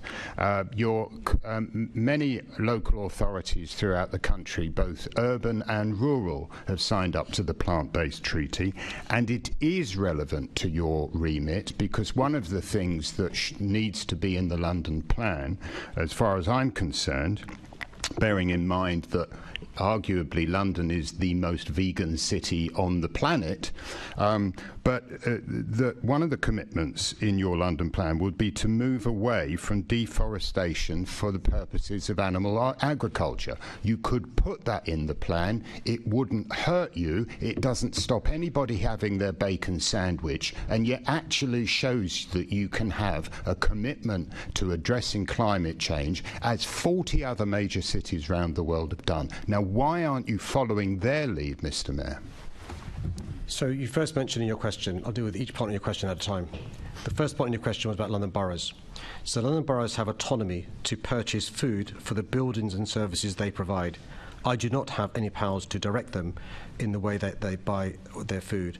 In the example of schools, many borough councils in turn allow the individual schools the freedom to tender their catering contracts themselves. Mr. Mayor, you're going through now details of things you can't do. There was a thing there I said you could do, which is feed the plant-based treaty into the London plan. Why are you, and that is within your power. Why are you not? Why, as your huge commitment to addressing the climate crisis, why can't you do that just on the London plan? Can I just be clear? You're not the chair now. You're a member of the Assembly. I can answer the question how I want to answer it. You can. Right. In your question, you mentioned Lambeth. Lambeth is a London borough, and I was, in my answer, referring to the powers London boroughs have versus the powers that I don't have. You mentioned other cities in your question. They've got powers that I don't have, and that's why they've signed the plant-based treaty. I'm quite clear. I'm focused on taking action in the areas that I do have powers, and that's my focus. Mr. Mayor, is it your position that you do not have the power to sign the plant-based treaty? No, my answer is I'm focused on those things I've got power to control, but also most emissions in London come not from those plant-based, not come from the alternatives to plant-based food, but also the emissions that come from forestry and growing food is less than 1%. Mr. Mayor, do you not feel that those people who are concerned about the climate crisis will consider your evasiveness as a demonstration of how it's all words and not really action? Well, what I'd suggest that you do is let them know what the plant-based treaty is about. It focuses on 3 core principles and 39 proposals: relinquish, redirect and restore. In those areas that are within my power, we're doing that. So it wouldn't hurt to sign the plant-based treaty, therefore? Anyway, we're not getting anywhere with here. I'll go back off the clock now. We'll now go to the next questioner, who is Assembly Member Hall, please. Thank you. Thanks for your question. London is the greatest city in the world, and to repay the great honour Londoners have paid me in electing me twice as their mayor, I've made it my mission to always listen to Londoners. This is particularly important as Londoners were ignored in the 8 years preceding my election in 2016. I've made it a priority to engage with Londoners directly so that I can understand and best represent their views. At City Hall, we've ensured consultations are taken seriously, and we go to great lengths to make sure we gather responses from a cross-section of Londoners that is as representative as possible. All our statutory strategies, from the Mayor's Transport Strategy to the London Environment Strategy and the London Housing Strategy, was subject to rigorous consultations. This included public engagement through Talk London, representative polls, surveys of Londoners, focus groups, interviews, and stakeholder and community engagement meetings. All of this fed directly into their development. There's now an engagement portal on the GLA website that is clear and easy to use. Londoners can also engage with our policymakers directly on Talk London on a more regular and informal basis. I'm proud to run a mayoralty that puts the needs and views of Londoners at the heart of everything we do. That means no garden bridge to nowhere while I'm mayor. That means no unusable water cannons bought while I'm mayor. And that means no cheering of the kamikaze budget that's done so much damage to Londoners. Instead, we've set up the Young People's Action Group to listen to young people with lived experience of violence. Following their advice, we've invested in young people through England's first violence reduction unit and our new deal for young people, in contrast to the government's and previous mayors' record of closing youth clubs and cutting youth workers. Our action plan for policing, is ensuring police reform is being done transparently rather than behind closed doors in secret, as some people want. We're listening to the struggles families are facing in the government's cost of living crisis, so we introduced universal free school meals for all state primary school children in London for the first time ever. We're listening to Londoners who can't get on the housing ladder, so we've started record numbers of council and affordable homes rather than luxury properties bought as gold bricks by wealthy foreigners. I've always listened to Londoners, and I'll continue to make important decisions based on what's best for us all as a community. Thank you, Mr. Mayor. So for 8 years you have sat in that chair, and for 8 years you have ignored Londoners. You don't listen, and many think that you do not care. But I do care, and that's why I've been speaking to Londoners from every corner of this city, and I've been listening to their concerns. For this, your final Mayor's question time, I think it's time you did some listening as well. And you won't listen to Londoners, maybe you'll listen to me. I met a shopkeeper in Soho who told me that a knife was pulled out at their staff. When they reported it to the police, nothing was done.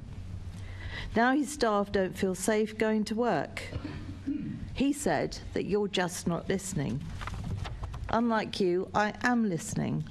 My crime plan, of course, will get knives off the streets, and I will increase stop and search, give frontline police officers knife wands, and put knife arches in every school that wants one. So don't you agree that London would be safer with a mayor who actually listened? Chair, I'm happy to repeat my answer in relation to examples of where I've listened. We've been listening to Londoners, which is why we are transforming and reforming the police service, doing it openly and transparently. We've listened to Londoners why we've doubled the investment in policing, £1.148 billion compared to real terms cuts over the last 14 years from this government, the 8 years before I became mayor. We're listening, which is why we're bringing back neighbourhood police into London. We're listening, which is why the police are responding to burglaries and shopliftings. We're listening, which is why in every ward there is at least one police officer and 2 dedicated ward officers attached to that ward, including additional teams in town centres to address the blight of shoplifting. We're listening, which is why we're encouraging more and more Londoners to join the police service. They can be part of the solution. We're listening, which is why we're working with insurance companies and those in retail and those in the business community to ensure more and more London businesses can feel safe in London. We're listening, which is why the Met Police Service is trying facial recognition. So when a shop recognises somebody in their shop, catches it on CCTV, the police can cross-check that with the facial recognition technology they had. Indeed, yesterday I was listening to the manager of Boots in Waterloo, who's worked closely with the local Safer Neighbourhood team and was commending the local police for the remarkable work they've done in arresting shoplifters, which has reduced burglaries in the local area. Shall I tell you about and some other shoplifting in the Boots. Shall I tell you about Chair, I real was asked a question about listening. I was giving examples of listening. I was listening to your answer for what it was worth. I spoke to Georgie Clark, who was sexually harassed and assaulted on the London Underground in front of dozens of witnesses. She reported it to TfL, but all they gave her was a leaflet. She wrote to you several times about it, but you completely ignored her. You wouldn't listen, you didn't care. I met with Georgie and we talked about my plan to make our city safer for women, including better support for those escaping domestic violence, a new requirement for TfL staff to take complaints like this seriously instead of passing the buck to the British Transport Police like you do. Don't you agree that the London Underground would be a safer place with a mayor who actually listened? I'm incredibly sorry for the assault that the person you referred to suffered, and I'm sorry if she's written to me and she's not had a response. I'm more than happy to meet with her to discuss her case. What we've done in Transport for London is to make sure we invest more in police officers and enforcement officers. So there are now 2,500 police officers who ensure public transport is as safe as it can be. There are 500 enforcement officers who work at night time as well. There are 77,000 CCTV cameras on public transport across the TfL estate. There are campaigns to encourage people to report when they've been the victim of any incident, whether it's as horrific as sexual assault or something that's less serious, and action is taken. We're also working with British Transport Police to ensure there's more of their resources in London, and we're making sure that when somebody is arrested and charged and prosecuted, we can lobby the government to speed up these trials. Some of these trials taking 2 or 3 years, which is causing huge attrition rates with victims not wanting to go forward. At the same time, you referred to those who are the victims of rape and sexual abuse. From City Hall, we've invested funding to support more than 23,000 women who've been the victims of rape and sexual abuse. And in the last year alone, because of our investment, there are 550 additional police officers and staff targeting perpetrators, and in the last year we had 500 additional rape and sexual offences charges than the previous year. That shows the difference. And yet when again, somebody Chair, I'm interrupted writes when I'm answering. You can't have it both ways. No, I let you answer for a while, and I was going to go on and say that didn't help Georgie. Assembly Member Hall, just to bring it down a bit. I think references within your speech to my plan starts to look like an election pitch. So I think if we could. Oh, I'm sorry. It's just that when I heard the introduction in the first place, I thought, my goodness, that's an election speech if ever I hear one. I'll try and just refer to these very serious matters because actually the Mayor didn't listen and he didn't answer. But I've got a couple more if I may proceed with those, and I'll leave out. You may, of course. You may, of course, Assembly Member. Thank you. I met a young woman who told me that you'd let her down. A man grabbed her by the neck and pulled her down an alley. She told me that crimes like this happen on the streets all the time, but nobody talks about it because nobody is listening. She saw a fight break out on the street in front of her house. She called the police and no one came. So she wants more police officers recruited out on patrol.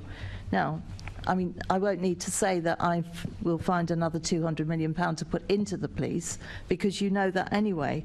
But you also knew that you threw away £92 million because you failed to recruit police officers. So don't you agree that our streets would be safer with a mayor that listened? Chair, if I could respond with some facts. So in the 8 years before I became mayor, the previous mayor reduced the funding from City Hall to the Met Police Service to the tune of 28%. It was a real terms cut and a cash terms cut. Another fact is over the last 14 years, central government has reduced the funding to the Met Police Service to the tune of more than £1 billion, which is a 32% cut in the Met Police budget. The reason why there are fewer police officers, there are less police staff, there are fewer police buildings than otherwise would have been, are the direct consequence of this government's policies over the last 14 years and the previous mayor's policies over the last 8. In response, what I've done is double the funding the Met Police Service receives from City Hall. It is now £1.148 billion, which is more than twice what it was when I became mayor.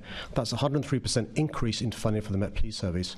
So because of our funding from City Hall, there are now 1,300 additional police officers than would otherwise be the case. There are 500 additional PCSOs being trained, and there is a dedicated police officer and 2 PCSOs in every ward. That's despite the Conservatives. The idea that this Conservative who wants to be the mayor is any different from Boris Johnson or those 5 Prime Ministers beggars belief, particularly because he chaired them on. Again, reference to elections, candidatures are pushing against the line. Thank you. But he does it all the time because he's not listening to you, see, Chairman. You can say what you like, Chairman, but he doesn't listen. He doesn't listen to our residents. He doesn't listen to us. I've got one more case study that perhaps you would like to listen to, Mr. Mayor. I met a cafe owner in Harrow who told me that the ULEZ expansion is hurting her business. She said that you didn't listen when she and others told you that charging people £12.50 per day to drive would mean fewer customers coming into our shops, that it would mean families being pushed into debt because your scrappage scheme was completely inadequate.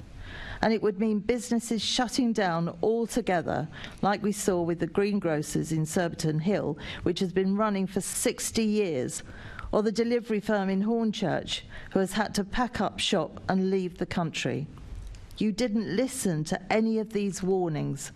You have postponed publishing the air quality data until after the election because the impact is negligible. All this for the hundreds of millions of pounds that you actually make from it.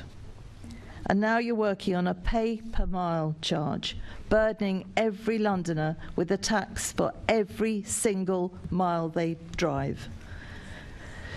How much better would life be with a mayor who listened and scrapped the ULEZ expansion from day one?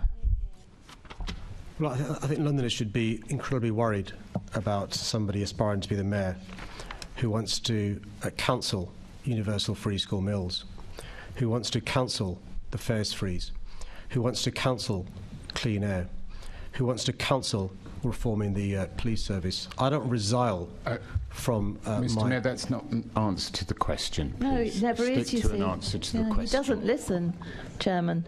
He doesn't listen, and he's also inaccurate. And somebody needs to start calling you out for being inaccurate. It may be what you want to be saying, but it's inaccurate. It's not the truth.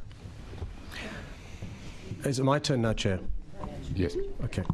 I'm quite clear in relation to London's priorities. It's because I've been listening to Londoners, I've responded with universal free school meals. It's because I've listened to Londoners, I responded with the ultra-low emission zone, first in central London, in the face of opposition from the Conservatives, then in inner London, because I was listening, in the face of opposition from the Conservatives, outer London, in the face of opposition from the Conservatives. It's because I listened, I helped Londoners with the cost of living crisis by freezing fares, and it's because I listened, I'm having transparent reform of the police service rather than behind closed doors, as some would like.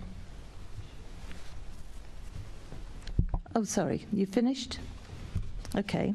So, Londoners have a choice, don't they? You can choose Sadiq Khan, who doesn't listen and doesn't care, who has allowed crime to spiral, failed to build affordable homes, and is waging war on the motorists. Assembly member.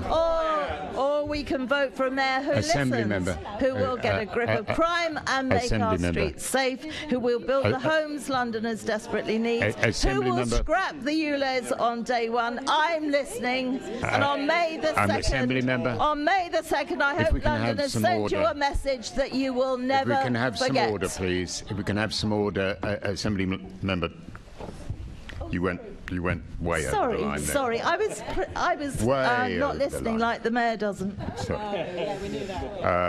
I think it's. We'll now move on. Assembly member Best, you indicated.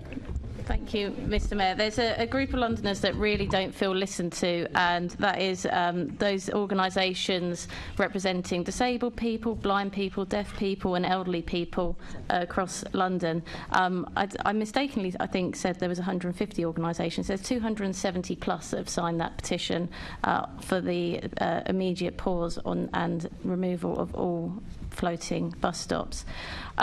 One of the issues that they don't feel listened to is particularly when it comes to the Walking and Cycling Commissioner, Will Norman, who's very pro this measure, who's also conducting the safety review. So within that context, they don't feel listened to, and surely you can appreciate that. If someone's clearly very pro something and they're the person responsible for making the decision, people are feeling they're not getting a fair hearing on this. Yeah, can I thank you for raising this issue, and I do recognise how important it is for the constituents whose petition you've brought. Just to reassure you, and those in the gallery who are here with the petition, is the review's been done by TfL. It's not been done by myself or Will Norman. And as soon as there's an update, which I suspect because PEP starts very soon, it'll be after May the 2nd, I'll make sure she's briefed directly as soon as there's an update. Thank you. And the question I think that those organisations most want me to ask you, so this is you hopefully listening to them through me as a medium, is please can you stop all floating bus stops in London immediately and go back and remove those floating bus stops and bus stop shared borders which aren't working. So that there's a review taking place. We do know that cyclists' lives have been saved and injuries not happened because of those floating bus stops. We also know there are people like the ones you've talked about who are concerned about them. That's why there's a review. I think it's right and proper for the review to take its course. We'll wait and see what the review says and then respond accordingly. Thank you. Assembly Member Duval, please. Oh, I beg your pardon, Assembly Member McCartney. I do apologise. Thank you, Mr. Mayor. And because you have listened, you've started building council homes again for Londoners at a great rate. I spent a day recently with your Deputy Mayor Tom Copley and the leader of Haringey Council visiting a number of construction sites where new council homes are being built. Their ambition...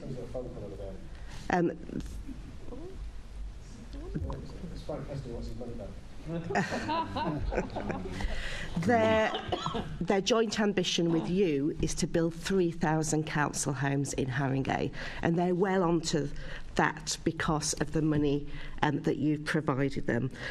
Can I just ask you, what impact has your council homes building programme had on London and Londoners, because you have been listening to London's needs? Can I just be fair? It's really important that I'm fair. It's not fair to say the Conservatives don't listen, because they do. They listen to the sort of donors who give money to the Conservative Party. Ooh. Those with racist and misogynistic views. They listen to the property developers who make money by building gold bricks left empty, bought by foreign investors. They do listen, to give credit. We, on the other hand, and I believe we should listen to ordinary Londoners. Look, I've got nothing against foreigners. Some of my best friends and family are foreigners. But I think our homes should be built for Londoners. They should be genuinely affordable. They should be council. When I became mayor, I looked at the pipeline. There weren't 30,000. There weren't 13,000 council homes in the pipeline. There weren't 3,000 homes in the pipeline. 300 council homes in the pipeline. There were 3. That's because who do we think Boris Johnson, who they admire, was listening to? It wasn't ordinary Londoners.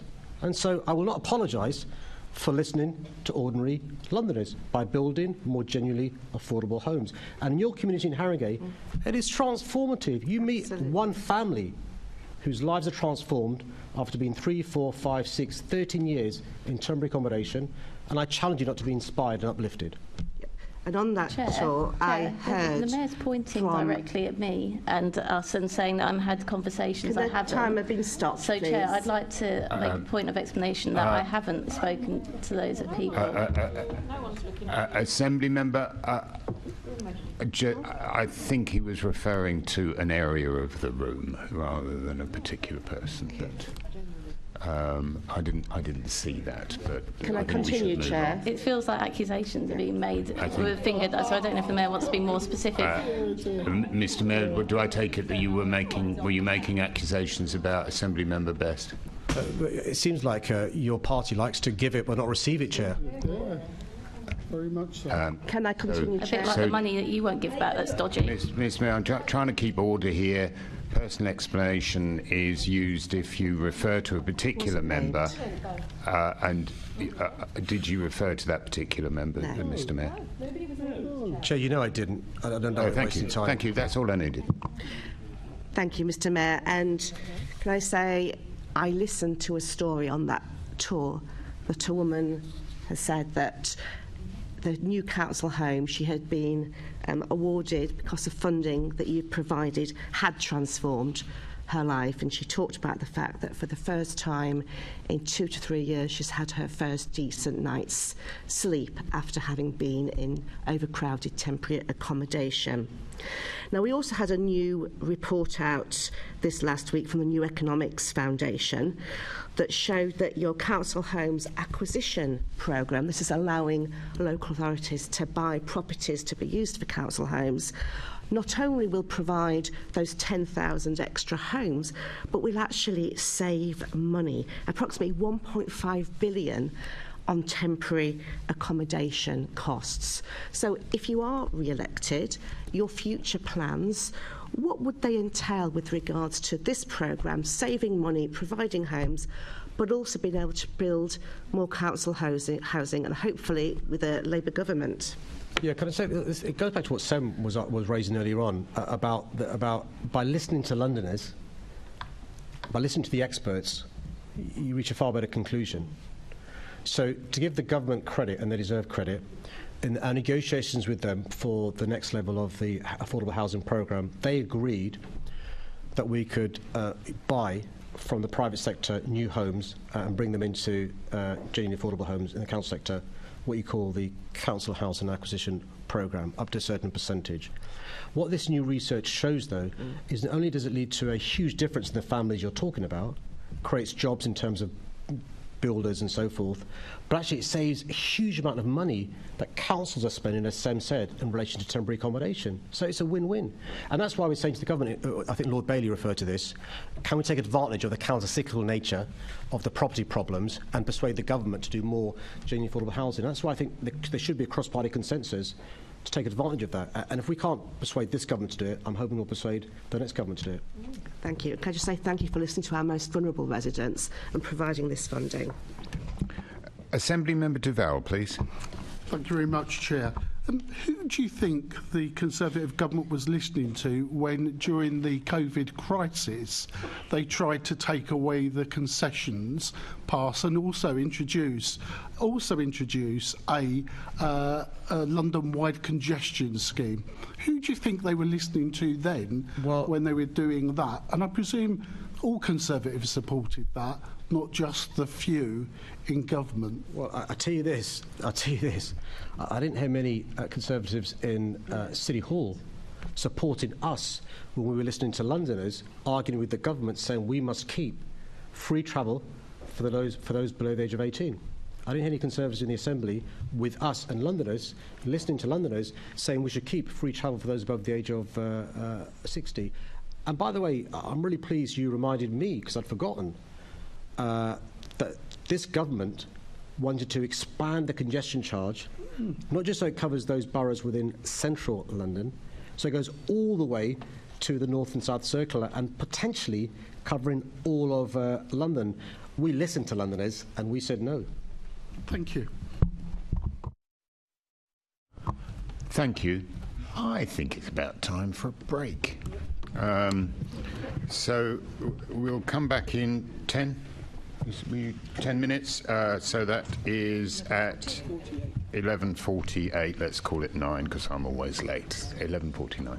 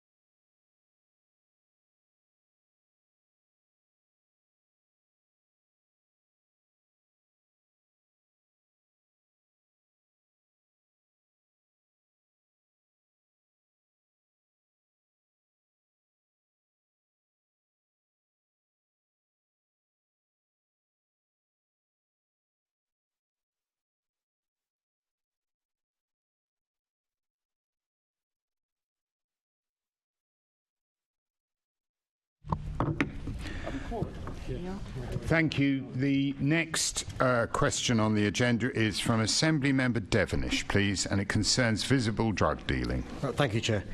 Many Londoners... making Londoners safer is my top priority, and I know that the harmful impacts of drugs are of serious concern to Londoners. My police and crime plan is clear that the Met Police Service and partners should be working together to tackle the harms associated with drug taking, including antisocial behaviour and violent crime, to increase Londoners' sense of safety. I know drug dealing is a real concern for Londoners. Residents should not have to witness illegal activity like this in their communities. It's liable to make people feel unsafe, and the networks that are supported by drugs do pose a real threat to us all. So I'd like to reassure Londoners that we're doing everything we can to clamp down on illegal drug use. Since 2022, we've invested £4 million in the expansion of Project Adder in the Met Police Service, which supports a whole system response to combating drug misuse. A further £2 million will be provided in the next financial year to continue this work and provide an Adder presence in every basic command unit. We've also invested £5 million in Operation Yamata, which focuses on tackling London lines, complementing other MPS operations on county lines and online activity driving serious violence. Project Adder's expansion also supports the Met Police Service's Clear Hold Build programme by tackling antisocial behaviour and organised crime and delivering bespoke operations targeting drug demand and supply. I established the London Drugs Forum in 2022, bringing multi-agency partners together to tackle drug-related crime and wider harms through both public health and criminal justice approaches. The Forum has already strengthened the collaborative Adder approach by getting drugs workers into custody suites to provide timely interventions, as well as supporting the Office for Health Improvement and Disparities to improve London's continuity of care rate and increase staff in London's drug workforce. All this work is taking place against a challenging national backdrop. In her 2021 report on drugs, Dame Carol Black reflected on the constraints placed on key agencies by cuts in government funding and competing priorities. The cost of living crisis has exacerbated these challenges. To ensure we can continue to tackle both drug-related crime and its wider harms, the government must provide adequate long-term funding, something I know London's Directors of Public Health have called for. Mr Mayor, good morning. You've given, as always, a City Hall answer. Yesterday evening, Nikki Aitken MP and I were in the West End at a community meeting.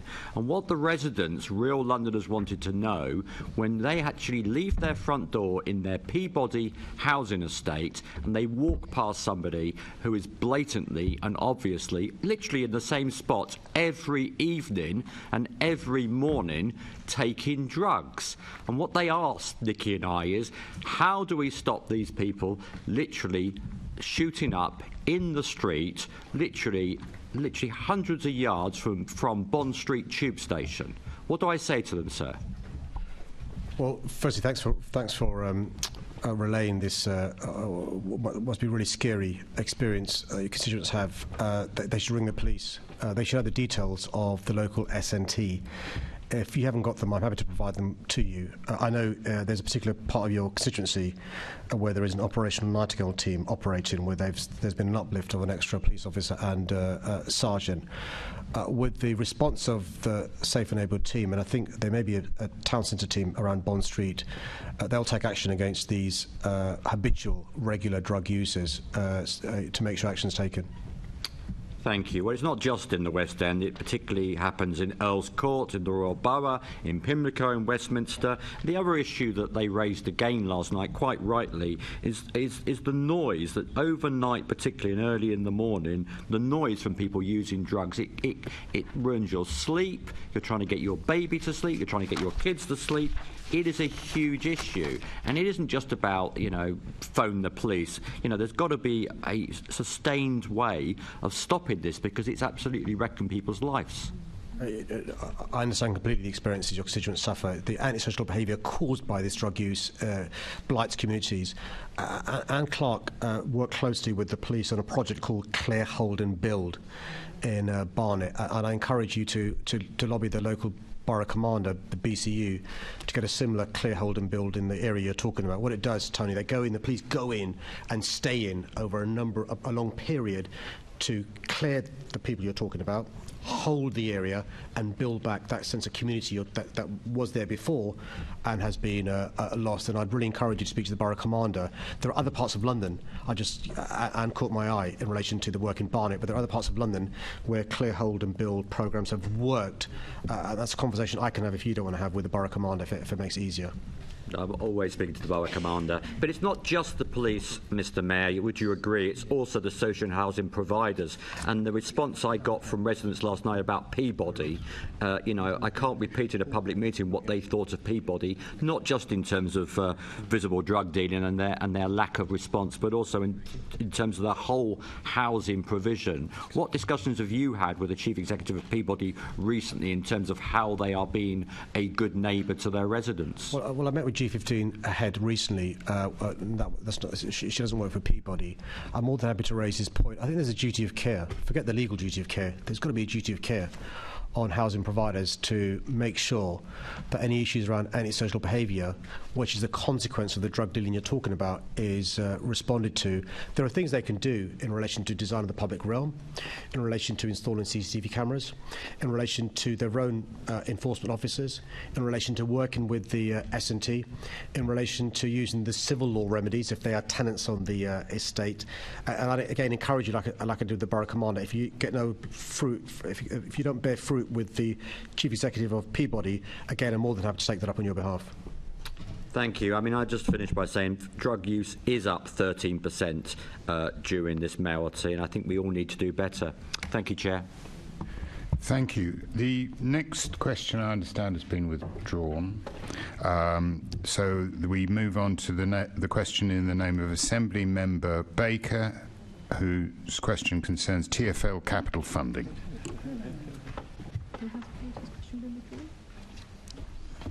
Sorry, Chair, I made a mistake. Oh, I do apologise. Sorry, Assembly Member.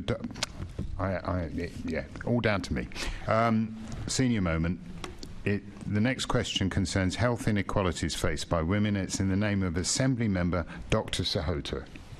Firstly, let me congratulate and thank the member for his work in the Assembly for the past 12 years. Assembly Member Onka Sahota is a living embodiment of what I call the London promise. Originally from the Punjab in India, his parents settled in the UK to provide a better future for their children, as did hundreds of other families of that generation. He's taken the opportunities London has offered him and more than paid back the city he loves, dedicating his career to public service as both a GP and here on the London Assembly. Onka started his political career by helping to save Ealing A&E and has served as chair of the Health Committee for no fewer than 9 years, looking at crucial issues ranging from eating disorders to discrimination in healthcare. He was, of course, chair of the Assembly last year, presiding over meetings with typical good humour, and he now occupies the deputy chair.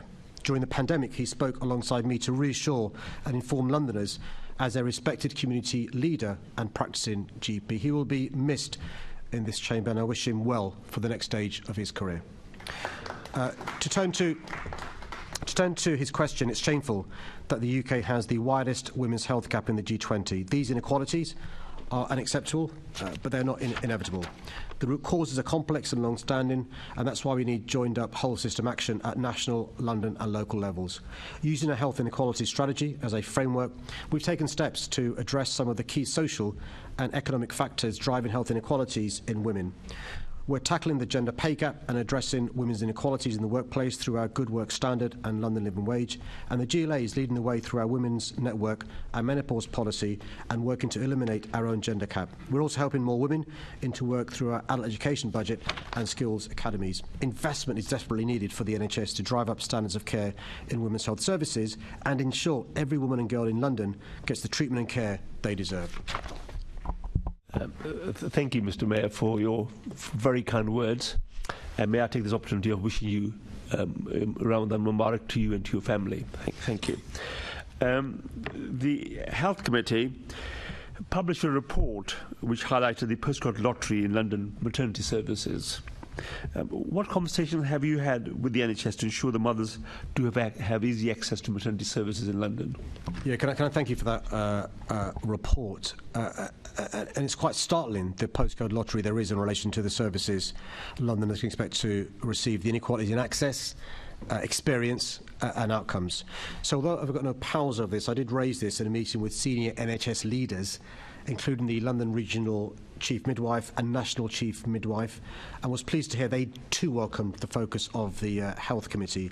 We've discussed what interventions the NHS can make to improve this postcode lottery, which will address health inequalities at the same time. Thank you. The other thing is, Mr. Mayor, the suicide is the biggest killer of women between 6 weeks and 1 year after giving birth. And the need for women-centered care, reduced maternal interventions, increased support for breastfeeding, and continuity of midwifery care is well evidenced. And we have a workforce crisis in London, particularly amongst midwives and health visitors. Are you satisfied that we are doing everything, and the NHS is doing everything we can to address this workforce crisis in London? Look, no, I don't think we are. I think there's much more that needs to happen. I was shocked to see the numbers you're talking about in relation to the impact it has on women. I think there's much more we can do. And as you were asking your question, I was thinking how we could use our convening power much more to address this issue, working with it, talking to employers, talking to the NHS to try and do much more in this area. Can I take this away, Chair, and look at what we can be doing to address this issue? It is shocking. There must be things we can do to make it less bad and eventually to make it not a problem at all. And the other very worrying numbers which came to my notice was that women in the United Kingdom are waiting on average for 9 years to get a diagnosis of endometriosis. This is a cyclical, monthly, painful abdominal condition they get, and it takes 9 years and 10 visits to a GP before they are diagnosed with this condition. And I'm really concerned, rather, that we at the Assembly should be using our convening powers. And I know they're not really your immediate responsibility, but as a body, as Assembly, we should be raising these concerns, right, with the NHS and holding them to account for giving better services and bring this message to their attention. Do you think there's anything that you can do more to assist in getting better diagnostic services for women in London? I think there is. Look, endometriosis is a big challenge. We know more than half our city's population is women. We also know that often women suffer in silence. They're embarrassed to mention it to their employer, who may be unsympathetic. But when you talk about the delay in being diagnosed, let alone treated, it's just appalling. I think this means more work done to improve early diagnosis, better care, improved education, and more awareness being raised across the population. Can I again take this away? Because I think there's something we can do with the Good Work Standard. As you know, we did some work that's groundbreaking in relation to menopause work, training the workforce, so employers, particularly male managers, are aware about this. I think we should also look into what we can do in relation to those women who may need time off because of this condition, but also lobbying the NHS to make sure there's a quicker time between somebody suffering the symptoms, being diagnosed, and then receiving care. Thank you, Mr. Mayor. Thank you, and apologies for getting that out of order earlier. So many questions being withdrawn and moved around that I got a bit confused. Assembly Member Baker now concerning TfL capital funding. Thank you, Chair. Thanks for the question. Following the devastating impact of the pandemic on its finances, TfL has put itself back on the path to financial sustainability by rebuilding its revenue and continually improving its efficiency. As a result, TfL expects to be operationally financially self-sufficient in 23-24. However, the government only provided half of the £500 million of capital funding that TfL needs in 24-25, which has meant TfL has had to make difficult decisions about its business plan to allow vital upgrades to London's transport network to proceed. Without confirmation of longer-term multi-year capital funding from the government, TfL faces equally tough decisions in the future. Last week's budget demonstrates that the government don't understand the pressures that Londoners are under, and they continue to starve London of investment that would bring benefits to the whole country. In the last financial year alone, TfL's investment amounted to an economic output of £5.9 billion in gross value added to the UK economy and supported over 100,000 jobs across the country. This makes TfL a powerful engine of growth for the UK. All major transport authorities in the UK and around the world require capital funding, and London is no different. All of TfL's investment must be underpinned by long-term sustainable funding in the same way as that given to Network Rail, National Highways and 8 city regions across England. TfL is able to fund around three-quarters of its capital investment programme, but no transport authority in the world can cover all of its capital costs. London needs a long-term capital funding deal so that projects that are critical to the city, such as the replacement of life-expired rolling stock on the Bakerloo line fleet, signalling and major road renewals, can be delivered. The government has itself consistently recognised that TfL is not expected to fund major renewals and enhancements through its own operating incomes. A long-term capital funding deal will secure the safety, sustainability, accessibility and reliability of London's public transport network.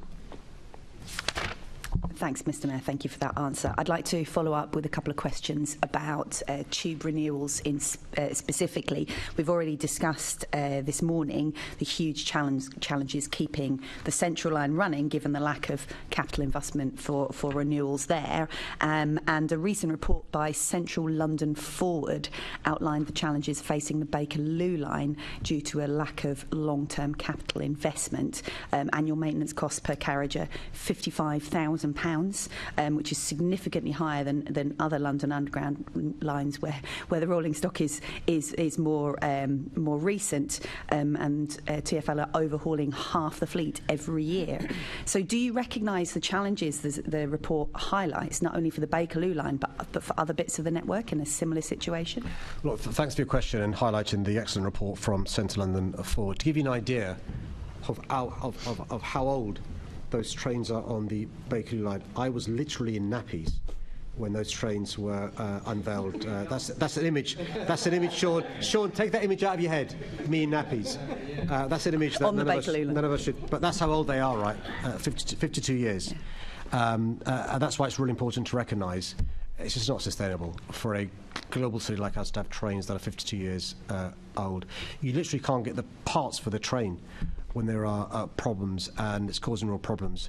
We've seen what happens in the Central Line with the problems that we've experienced over the course of the last few weeks and months. That's starting to happen now on the Bakerloo line. Unfortunately, we can't refurbish those trains like we are with the Central Line. We need new rolling stock. The government's accepted that we can't pay for rolling stock ourselves. The really potential good news is the same people making our Piccadilly line trains could pivot to make our Bakerloo line trains. It will save money. It means continuity for them. They'd employ more people, so it generates wealth but also creates jobs around the country as well. And we're hoping that although we were unsuccessful this year, we'll persuade the government next year for proper investment in the rolling stock. And the report from Central London Forward, which is independent from us, is really good evidence we can use to make that case. Thank you. And just a brief follow-up on that. It's good news. It's positive that the government accept that so that we can't pay for those rolling stock upgrades ourselves. But every year that goes by, more money is spent, and it costs more to continually keep them going than actually invest in the new rolling stock. What is the explanation for not actually spending now in order to save money literally over the next couple of years? Yeah, we've made that point to the government. Not only will you be stimulating jobs around the country, it'd be cheaper for us, but also the problems we're having we won't be having. For reasons that I think the government would say because of the tight financial pressures they're under, they couldn't give more than the money they gave us this year for capital. It was only half what we asked for, which in itself is only a quarter of the amount we spend. The reason why it's important, if you did a graph of the investment we've had in capital and public transport, it goes down into a U shape. So it's right at the bottom. We're trying to increase the amount of money we invest in capital, but we need support from central government.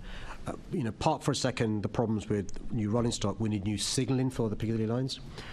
We also need investment on our major roads. You've lobbied me in relation to some of the major roads near where you are. We can't do that without central government investment.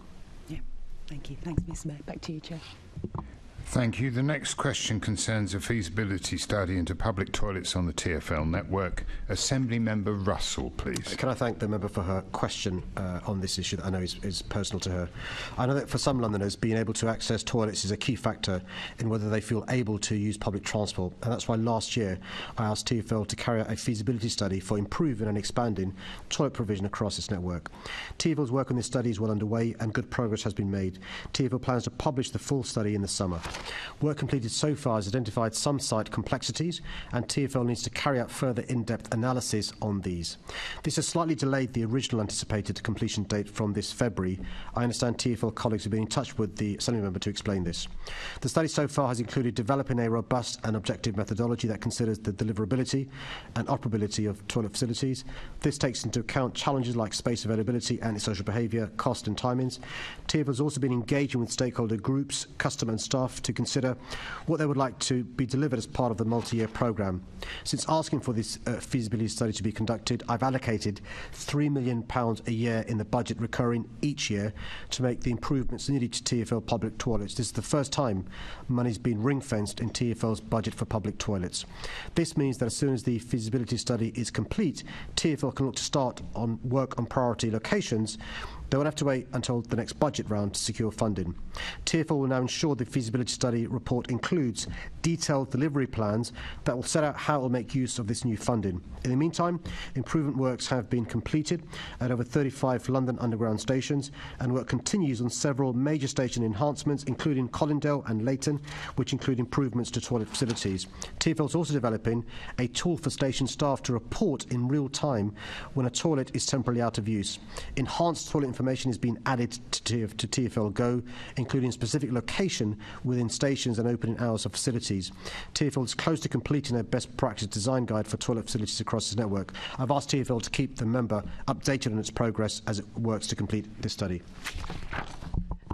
Thank you, Mr. Mayor, and it is really good that the feasibility study is really being carried out very thoroughly, and also that we've got this ring-fenced £3 million a year recurring. It's also good that this is not only about new toilets, it's also about upgrading existing, and I do accept that it is very complex when you're talking about a transport network that is as old and diverse and mixed in terms of what the buildings are like as they are. So when I spoke with TfL this week, they shared that the estimated completion date is late May, early June, which is welcome, and they walked me through some of the factors that they're weighing as they consider which stations will get an upgrade and where they're going to want to put in new toilets. But I think one of the things that was really notable was their estimate that in total your very welcome £3 million a year recurring investment would produce roughly 3 to 5 toilets a year. So given the £3 million funding a year over this next mayoral term, that's generously about 20 places with new toilet facilities, and that's barely going to cover, we've got a loo desert from Shepherd's Bush to Mile End on the Central Line. There's 38 Northern Line stations in need of a loo, 81 overground stations without a loo. So do you really think 3 to 5 toilets a year is the very best we can do for Londoners? No. And can I thank you for your assiduous lobbying, chivying, but also allyship on this really important issue. I reread the Lou League table this weekend, genuinely. There's one or two errors. There's one or two errors in it. Can I say one or two errors in it? But no, it's not good enough. What happens is this, I predict, is once there's the certainty of knowing there's going to be at least £3 million a year recurring, that will lead to savings, and these can be done a lot cheaper. And so the problem's been the ad hoc stop, start. So let's revisit this once we get the study back. But you're right, that's not enough. We should be doing much better, be more ambitious. I will absolutely keep pushing on this. One of the other things that came up in the meeting with TfL was that it's not just where do we need to put these toilets, but actually what's the fabric of the buildings it's going into. You've got a backlog of repairs for electrical wiring, CCTV, plumbing issues. They don't even know what some of the wires are doing in some stations. So do you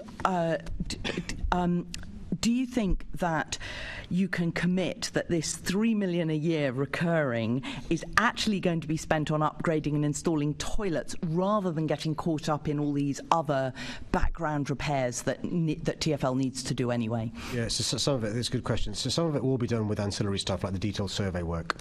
So stuff directly related to a toilet. Yep. What we shouldn't be doing is using this ring-fence money for other things they uncover. So, for example, I'll give you a hypothetical. If there's an electrical issue that needs to be dealt with away from the toilets, but it's discovered because of the toilet work, that should be funded separately, not from this precious toilet money. Excellent. That's very reassuring, Mr. Mayor. There are so many Londoners that are looking to this toilet programme to help them just to get around our city, with confidence and with dignity. So thank you very much for all the work you're doing. Thank you very much. It was a great pizza movement last year where you and the Labour group lobbied me into the feasibility study. So thank you both. Thank you.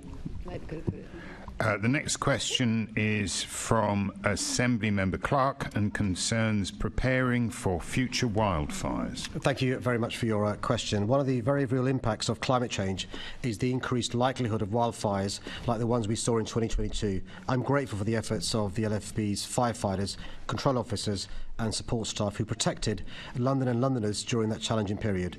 We expect and are planning for hotter summers over the coming years, so it's vital we prepare for future fires related to climate change. Following the fires in 2022, the Brigade undertook a major incident review that identified lessons to improve the response to these types of incidents in the future. This was on top of the other work the LFB was doing, the bread and butter work, and also the work undertaken to address cultural issues, which led to the HMI taking LFB out of Engage. But also the LFB were implementing all 29 of the Grenfell Tower Part 1 inquiry. No other organisations implemented all of the recommendations from Grenfell Tower. Changes have been made to uniform, equipment and how firefighters approach those wildfires, which all mean the LFB is now better equipped for the coming summer. Drawing from national best practice, all LFB officers are now trained in fire tactics for dealing with wildfires and fires occurring at the urban-rural interface within our city.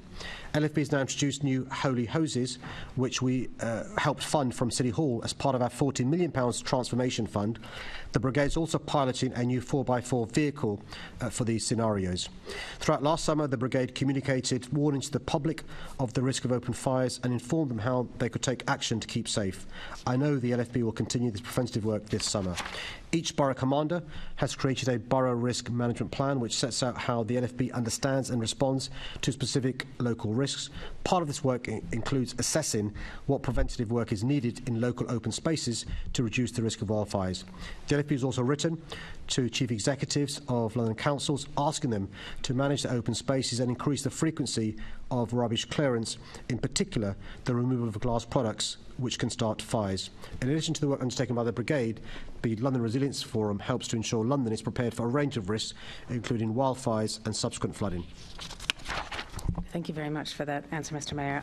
And I want to put on record my congratulations to Andy Rowe and the team at the London Fire Brigade for coming out of Engage and for completing the first phase of the Grenfell Tower report. And I do note that the government is some way behind that. But I just want to put on record also that the combination of having a reforming commissioner and a supportive and transformative mayor have transformed the Brigade, and this should absolutely be looked at as a blueprint of the way we work to improve our blue light services. Beyond that, I just want to come back to wildfires.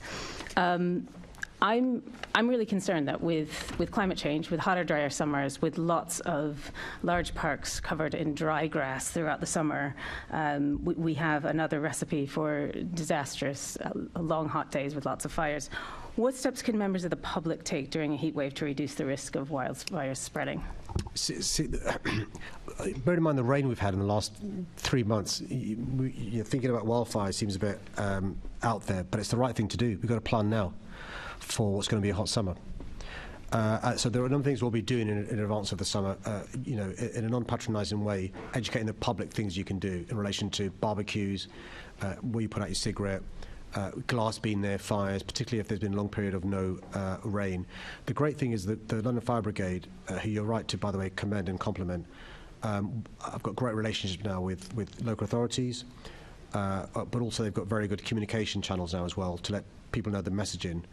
You'll remember similarly when there are heat waves, encouraging people not to be attracted to deep water, to cool themselves down. So you'll see more of that public education, which is important because we forget. And so you'll be seeing that in advance of summer, as spring ends, to make sure people are reminded of the things they can do to create less work for the fire service.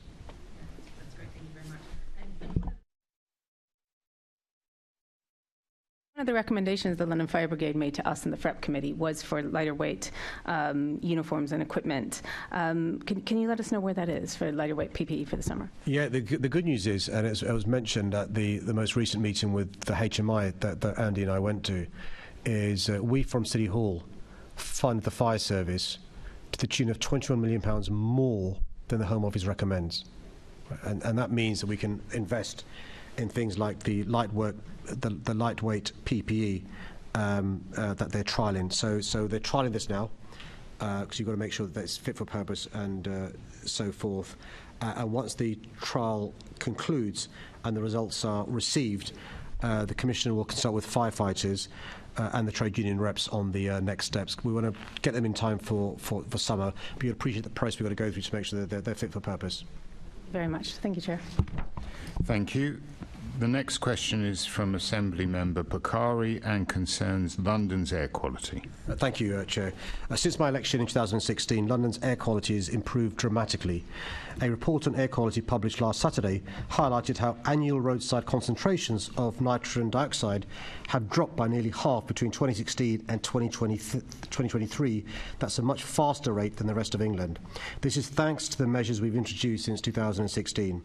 Despite opposition from some in the Assembly, we've introduced and then expanded the world's first 24-hour ultra-low emission zone, transforming the capital into the world's largest clean air zone. I've got to be honest, I've lost track of whether the Lib Dems are for or against the ULEZ. Now, with over 95% compliance, up from 39% in 2017, the ULEZ is making a real difference to the quality of the air we all breathe. We've accelerated TfL's transition to a cleaner bus fleet. London now has over 1,300 electric buses, the largest zero-emission bus fleet in Western Europe. We've supported the delivery of London's electric vehicle revolution. Over a third of all UK charging points for electric vehicles are in London. That's over 18,600, 1,000 of which are rapid charging points. Through my planning powers, we've created a unique low-emission zone for construction machinery.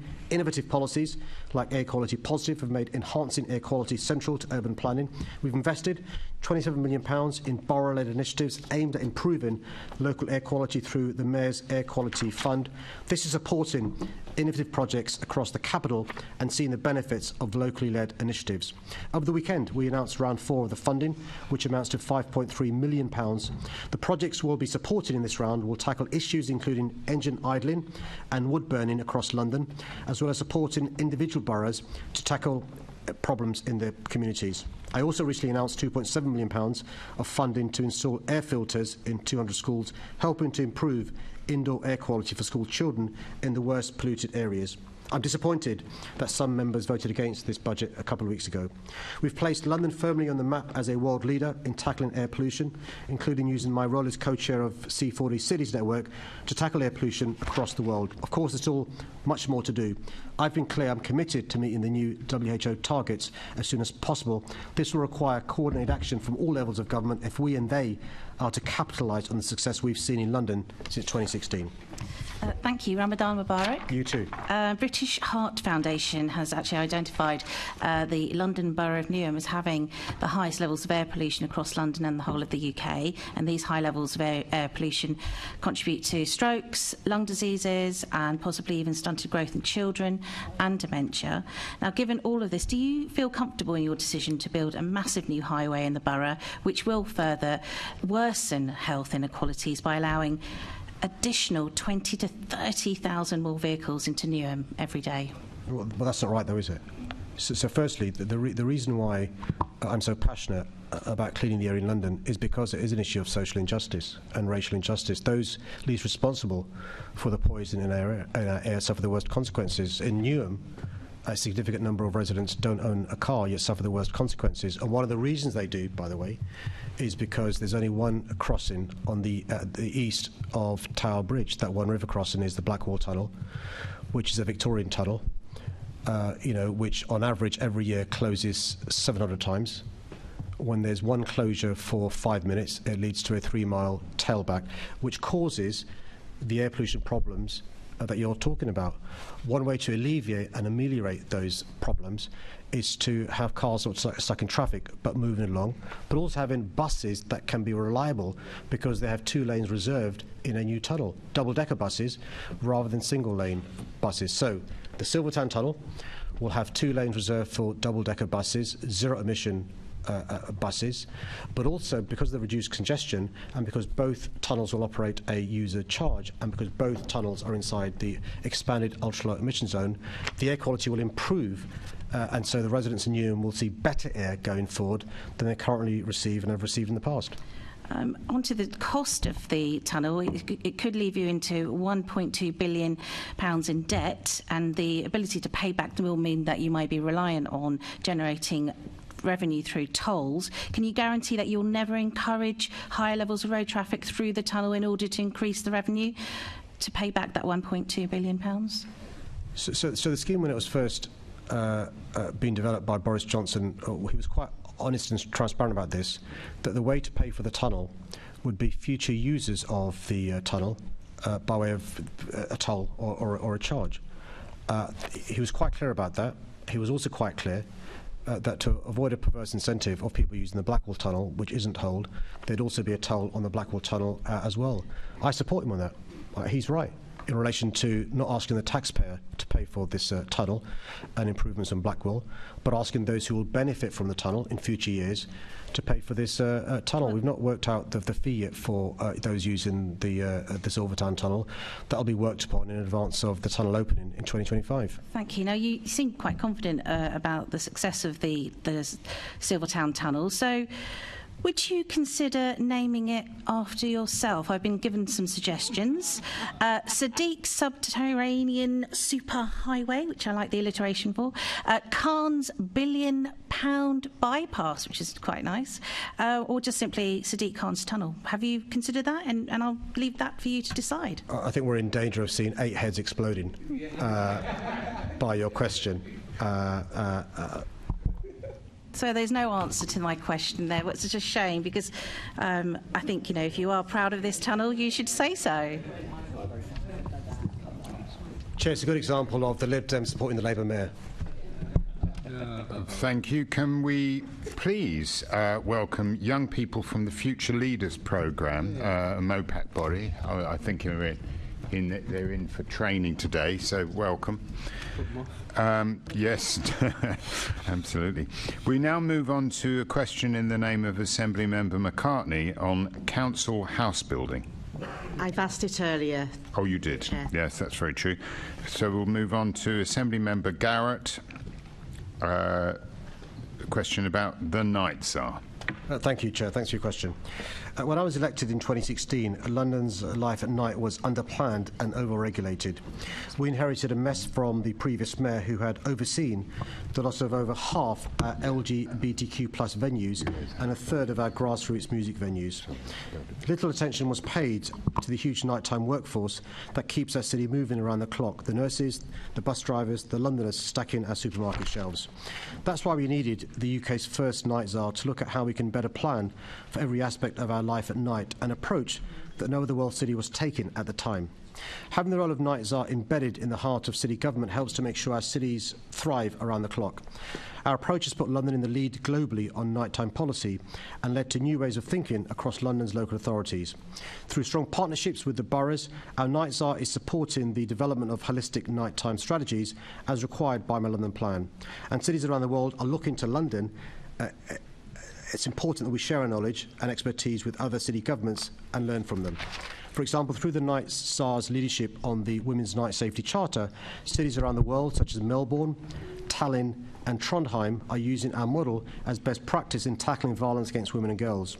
The Government of New South Wales and University of Melbourne invited London's Night Czar to Australia and covered all the costs of the trip.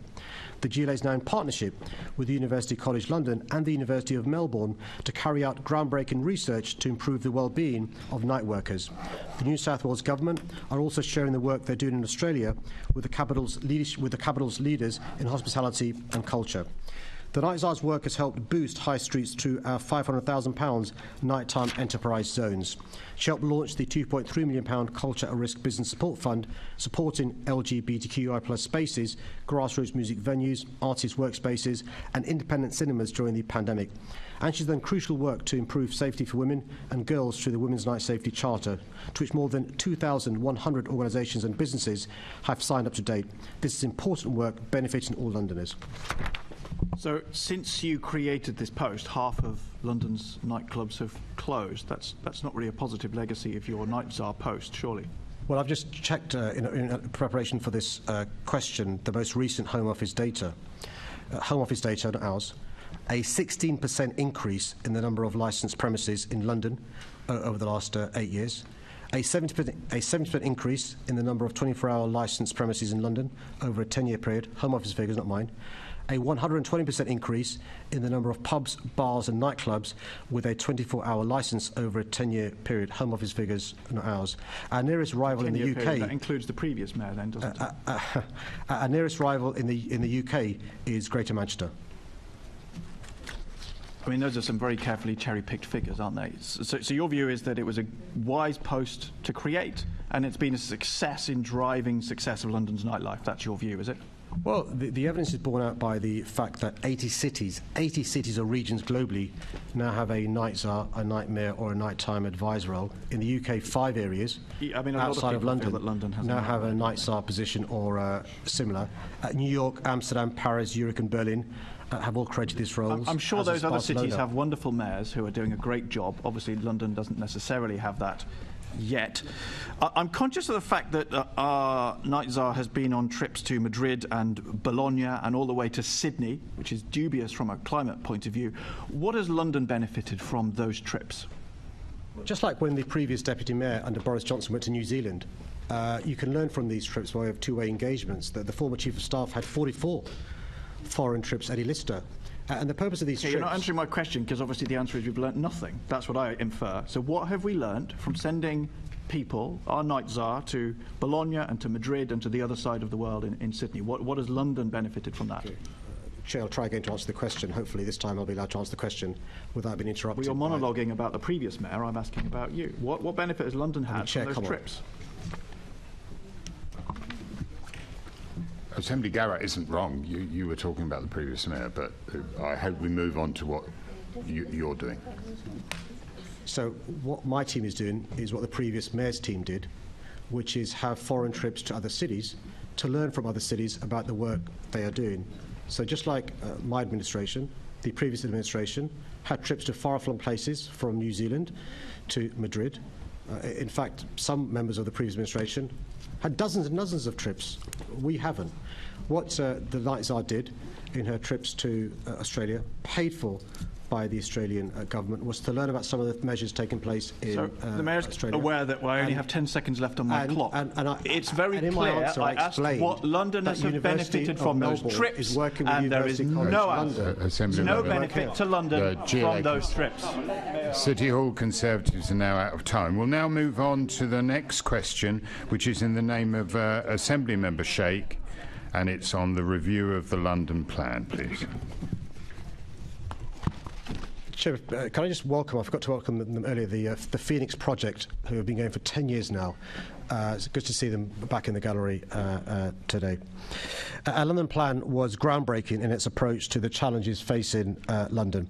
From ambitious net zero carbon targets to urban greening, to pioneering policies for whole life cycle carbon and the circular economy, the London Plan is recognised as leading the country in embedding environmental policies in development process considerations. It's raised the bar on design quality and supports communities in shaping the character of their neighbourhoods. The threshold approach to affordable housing has doubled the proportion of affordable homes in schemes I've approved from 22% under the previous mayor in 2016 to 41% in 2022 and 45% by habitable room under the current mayor. This was the highest proportion and number of affordable homes secured since the data was first collected in 2011. Careful management of London's critical industrial capacity has been supported by innovative policies that support intensification, co-location with residential schemes and substitution of industrial land. The government's introduction of use class E in the changes to various permitted development rights allows some changes of use without planning permission. Because the London Plan predates this change, it refers to use classes that are no longer relevant. This presents an opportunity to review the overall approach, for example, whether some light industrial uses such as life sciences could support the revitalisation of town centres. We also know that despite our successes, London isn't delivering enough homes to meet need.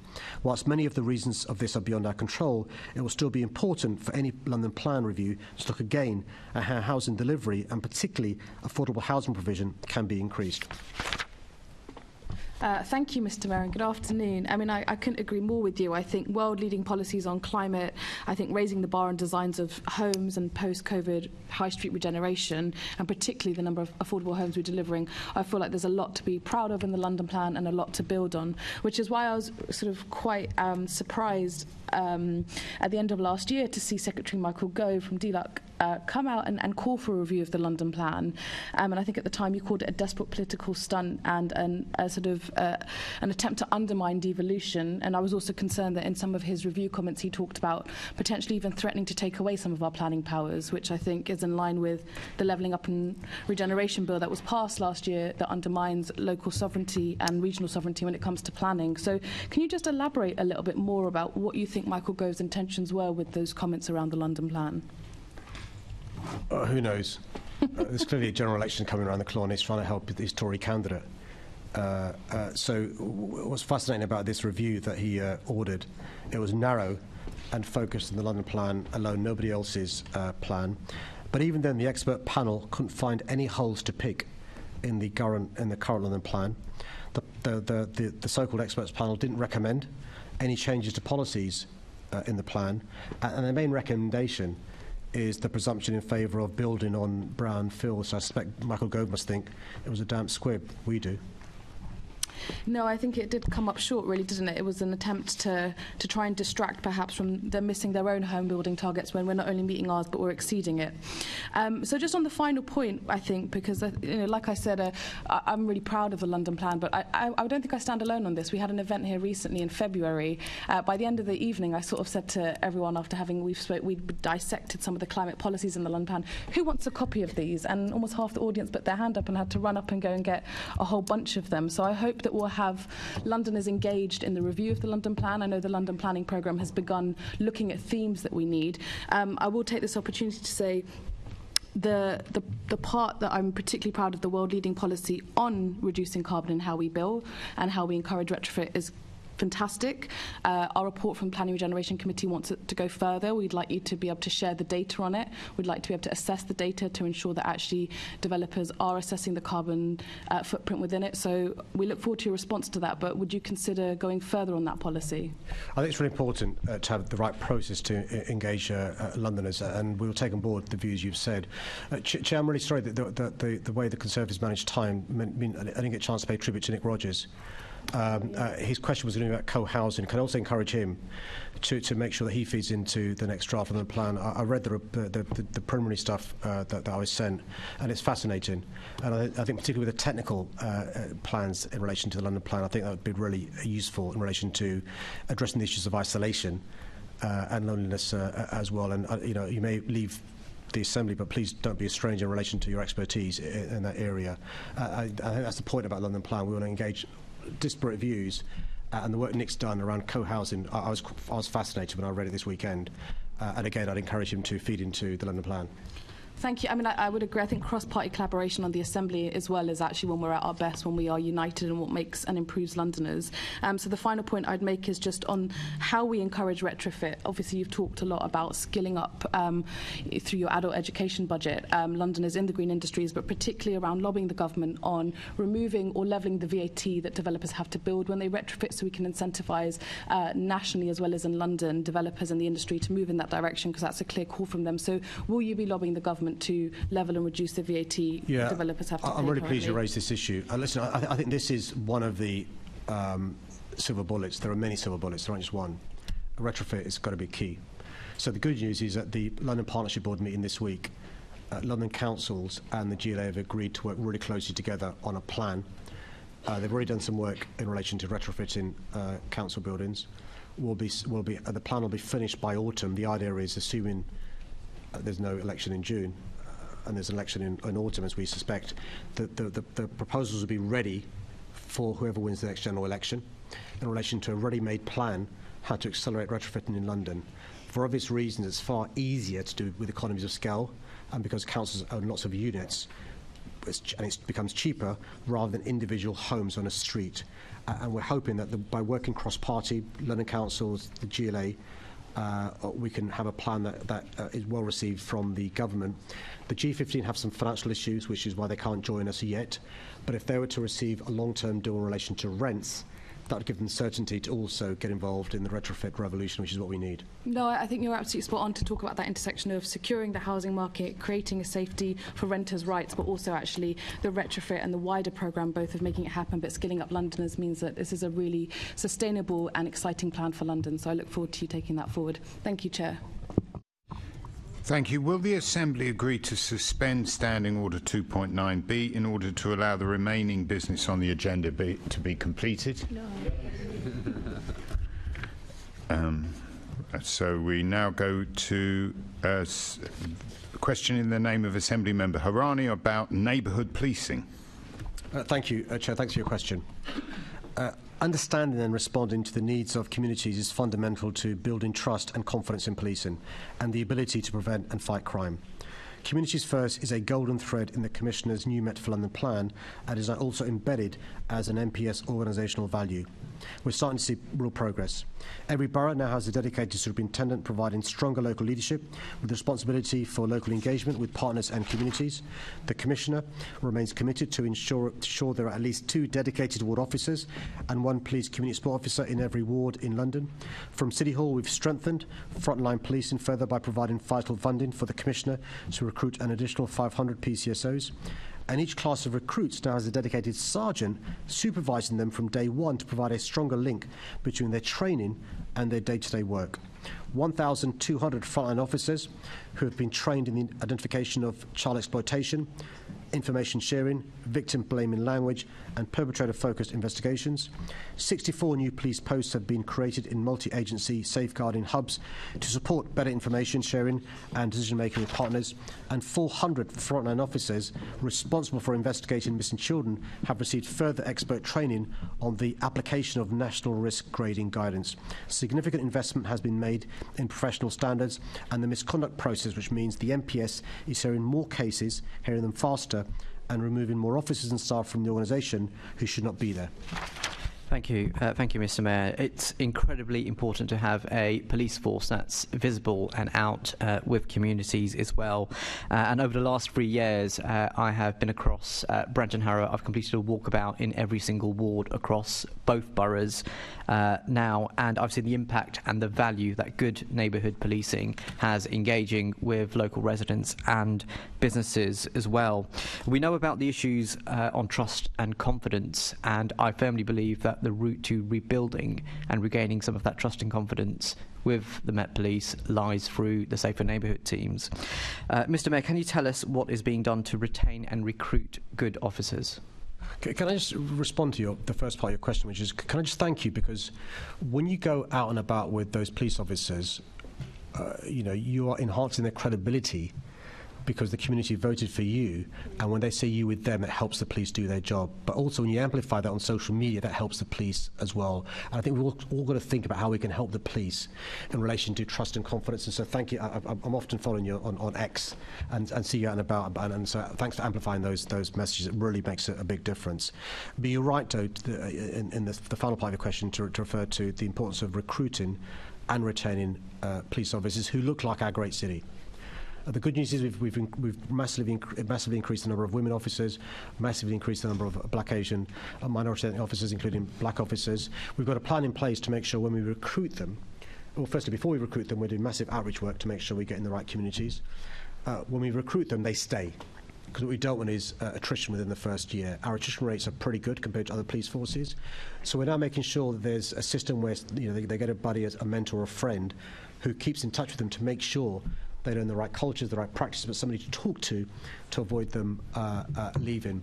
We're also making sure that they make good progress within the police service. At the last London Policing Board meeting, there was a presentation on the work the Commissioner is doing to make sure that when it comes to promotion to sergeant and above, black officers in particular aren't being left by the by, that they continue to make the progress with the right support, mentorship and so forth. And other police forces are replicating what we're doing in London.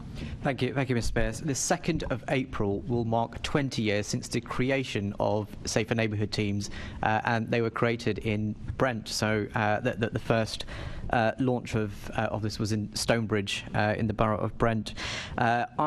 Before coming to this place as a councillor in 2010, I remember my ward in Dudden Hill having a dedicated ward sergeant, 2 PCs and 2 PCSOs. Sadly, by the time Boris Johnson left office here as Mayor of London, I was down to 1 PCSO and a shared sergeant. So what do you see moving forward in neighbourhood policing, and will we see numbers increasing beyond the 3 you've already promised to wards? Yeah, you'll remember that Ken Livingstone and the Labour government invested in police in the last 14 years. We've had a central government making massive cuts in police, and in the short to medium term I don't think we'll go back to those numbers because there won't be a general election later on this year. It will take some time for the Labour government to fix the mess they inherit, but we're going to be returning to this sort of neighbourhood policing. The Commissioner believes in it. He knows that I believe in it. He's strengthening the neighbourhood teams that we have. We're trying to use our resources in a way where they're targeted towards those parts of London where we know there are particular issues. I mentioned the project that there was in Barnet that Anne Clark was involved in. There are other those sorts of bespoke projects where we send in police officers to support the neighbourhood teams that are there. The good news is we now have confirmation of 2 police officers and 1 PCSO in every ward. That should be going up, not down, as was the case before I became Mayor. Thank you, Mayor. Thank you. And still on the subject of policing, Assembly Member Desai asking a question about the year in policing. Thank you, Chair. Thanks for your question, Umesh. We've seen another deeply disappointing government budget for London, with no extra investment for the Met Police. The MPS continues to be chronically underfunded by the government, despite unprecedented pressures on its resources. Baroness Casey, who some opposed, Baroness Casey found that austerity had, and I quote, profoundly affected and I quote, disfigured the Met Police Service. This is backed up by analysis from City Hall, which shows that core funding from the government for policing in London has reduced by a third in real terms since 2010-2011. That's equivalent to more than £1 billion worth of cuts, and it's affecting frontline services and police staff support roles. In addition, the government's continued to refuse to make up the MPS annual funding shortfall of £240 million for its unique national policing responsibilities. I've consistently stepped in to fill the gaps, more than doubling the funding of the police service at £1.48 million. This means that we're supporting not just the 1,300 officers, but 500 PCSOs. But crucially, it's helping to enable the Commissioner to deliver his plans to reform the police service as set out in his new Met for London plan. Thank you, Mr. Mayor. Mr. Mayor, yesterday you called for a national strategy to fix our broken criminal justice system and support victims, addressing the root causes of crime. Does London's Violence Reduction Unit rise to this challenge? Well, look, the VRU, which is the country's first, by the way, opposed by some in the Assembly, has now been copied by 19 other areas of England and Wales. What I called for yesterday was a national solution from a national government working in unison with the Mayor to tackle the complex causes of crime, rather than closing down youth centres, abolishing education maintenance allowance, closing down Sure Starts, cutting welfare benefits, tackle the complex causes of crime. I talked about investing in criminal justice. We've got this outrage of more than 10,000 people waiting for trial where there's a victim who's been raped or receiving of sexual abuse. And I also asked for more support for victims. I think the reality is we're not going to get a national solution until we're going to change the government. Mr. Mayor, today marks the International Day to combat Islamophobia. This is particularly of note as over the last few months, we have unfortunately seen a rise in both Islamophobic and anti-Semitic hate crimes. As our mayor, and over the many years I've known you, I know that you have always worked to bring London and Londoners together. What are your thoughts on the state of cohesion in London today, and what more needs to be done to get us through this difficult period? I think many Londoners, people across the country, will be looking in awe at the audacity of Michael Gove yesterday to try and come up with a definition of extremism when the Conservatives clearly can't even define what racism is or what Islamophobia is. Why should we have any confidence that they know what extremism is when the Conservatives don't know what racism is and don't know what Islamophobia is? It's now been 3 weeks tomorrow since the former deputy chair of the Conservative Party said remarks that were clearly, in the eyes of any independent expert, independent commentator, Islamophobic, anti-Muslim and racist. Neither Rishi Sunak nor his cabinet nor any other senior Conservatives have called them for what they are. It took Rishi Sunak and the government more than 24 hours to call the comments against Diane Abbott racist. They're also misogynistic and a threat to her life. And they've not returned any of the north of £10 million they've received. And we understand Londoners now suspect that one of the people running to be mayor is funded by money from a racist and a misogynist. That's not the sort of London I want. Indeed. Mr. Mayor, also wishing you, your family, and all Londoners observing Ramadan Mubarak, and can I thank you for everything you and your Deputy Mayor and the MOPAC team and the police have done to keep us all safe over the last 8 years. Thank you.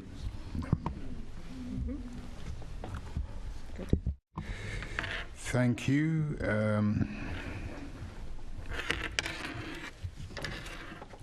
Assembly Member Polanski, please, now on the greenest mayor ever. 6 years ago, I published the London Environment Strategy, setting out how we could give Londoners the best air of any major city, make London the world's first national park city, and make the city resilient to climate change, among other ambitions to improve Londoners' lives. Since then, improving the environment has been a top priority of mine, and I'm proud we've delivered so much more than at any time since the mayoralty was created. So yes, I am the greenest mayor London has ever had. London is now the world's largest clean air zone of its kind, thanks to our introduction and expansion of the ULEZ, which is now bringing cleaner air to more than 9 million people. Our Breathe London network has over 450 local air quality sensors around London. We're funding air quality filters in 200 primary schools. TfL has over 1,300 zero-emission buses, the largest fleet in Western Europe.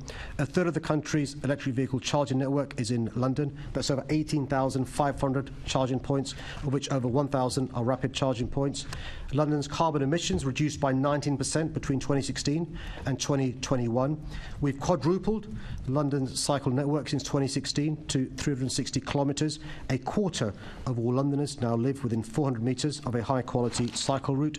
Our London plan policies are delivering over 50% savings in emissions from proposed new referable developments when compared to the levels required by national building regulations. London became the world's first national park city in 2019, and our rewilding programme has introduced, for example, beavers in Ealing, bees in Bexley and bats in Barnes. We've planted over 500,000 trees, double the amount the previous mayor planted in 2 terms. We've introduced climate budgeting to put climate at the heart of GLA group planning.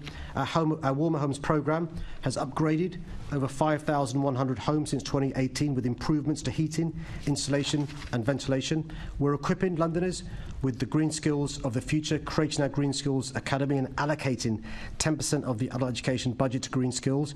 Only 0.1% of London's local authority collected waste now goes to landfill, down from 12.5% when I became mayor. London's 110 new drinking water fountains installed since 2016 are helping to avoid the equivalent of more than 5.6 million half-litre single-use plastic bottles being created and then discarded. And I'm pleased to see that the green economy has bounced back post-COVID by 9.2% to sales worth £50 billion in 2022, 2023. I could go on, but I'm sure you want to respond. Thank you. First of all, some really good work. I'm always pleased to hear about the beavers, the bats and the birds. Yeah, something like that. When I was first elected, there were bees. Bees are important. When I was first elected, I agreed to work with you cooperatively and applaud you when you get things right, and there's lots of things that are right in there, and I think we've pretty much kept that relationship, and I thank you for that. I also said I would expose where I think there's gaps in your plans, as you'd expect me to. One of those gaps is retrofitting, and I've banged on about it in this chamber for several years for obvious reasons. We live in an inequality crisis, and Londoners shouldn't have to choose between extortionate energy bills to heat their homes and living in a cold, damp, mouldy home. Now, I've got some unanswered unwritten questions. I asked you about an innovation partnership that you talked about when you first launched your retrofit revolution. Could you give me an estimate of how much your innovation partnership has been worth since 2021? Because you said at that time it would bring a minimum of £5 billion. I'll get back to you today before PEP, definitely. Thank you. I appreciate the urgency before pre-election period. Because, you know, you do have levers at your disposal, and I'm not even looking to run back into a chicken and egg argument. I think you've made the case yourself that you declared this retrofit revolution, and at the time you said you would deliver £5 billion from this innovation partnership. Now, it's 3 years on, and I heard you today celebrate the fact you've just made a plan between the GLA and London councils. But 3 years have passed. Do you not feel like you've spoken a good talk on this, but it doesn't feel like you've always walked the walk? I've got a feeling, Chair, that the member may have taken a green rocket to Mars for the last 3 years, because he's forgotten about the pandemic. And I'm sorry about that. But we've had a pandemic. You announced it after the pandemic. We've had a pandemic, which has really impacted our city in ways unimaginable. At the same time as we've had a situation where there's been a perfect storm in relation to the building sector. I was speaking to members of the G15 who are really struggling and not sure if they can make books balance in coming years with the pressures from the requirements post-Grenfell, the requirements in relation to damp and mould you mentioned, and the requirements in relation to zero carbon, notwithstanding the pressures on them because of the rent changes policy announced by the government for which they weren't reimbursed. That's the environment we're operating in. Add on top of that the perfect storm facing the private sector as well. The amount of starts are the least they've been since 2009. The amount of applications granted, the least since 2009. That's according to Mollier, an independent report. So that's the environment we're operating in. So I think to give some credit to the construction sector, some credit to the skilled sector, you know, things have taken some time to get back to normality. We're back to the same point that all those things can be true, and you declared the retrofit revolution. I just want to move on to another thing. We've got young people in the audience. They really care about the planet and the climate crisis, and they will notice if you answer a direct question with a yes or no. If you had the power, would you ban private jets? They'll also know when somebody's asking a question about matters outside the Mayor's power. There's lots of things I'd like to do. But you wouldn't even condemn private jets when I asked you. So I'm asking you in front of young people who care about the future of this planet. Would you ban private jets if you had the power? Well, let me tell the young people my views. I do not believe in banning airports, as the Green Party do. The fact that we want to close down City Airport and open it for social housing shows the difference between the Green Party and the Labour Party, and I'm glad that people in the audience will hear that.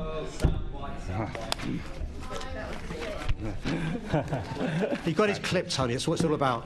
Assembly Member Cooper, I'm happy to communicate with Londoners. I'm surprised that you're worried Assembly about that. Member Green Group. We're not surprised at showboating. That's Polanski all over. Assembly Member Cooper, please.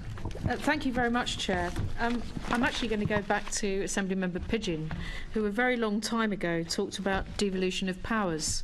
I wonder if I could ask you, Mr. Mayor, on retrofit, which we've just been discussing, does the London Mayoralty have enough powers to deal with this? Well, no, it doesn't. But why should that stop a good soundbite from the Green? I mean, they are the new Lib Dems. Anybody who's talked to a voter in London will tell you. I'm not sure whether they're flip today or flop. We'll have to wait and see how the next 7 weeks pan out.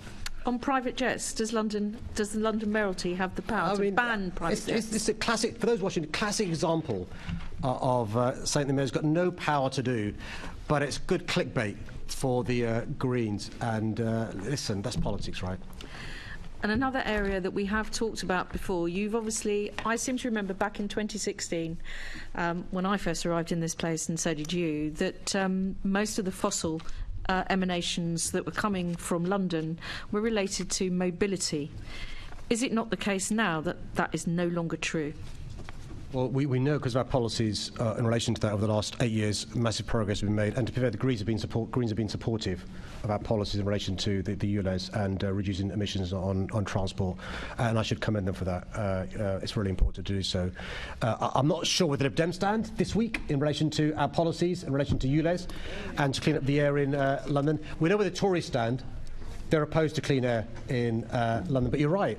Whereas transport was one of the main sources of this problem, it's now no longer the case because of our policies from City Hall. We should be really proud of that. That has brought into focus the issue of wood-burning stoves, which has been raised several times by our colleagues in the Liberal Democrats.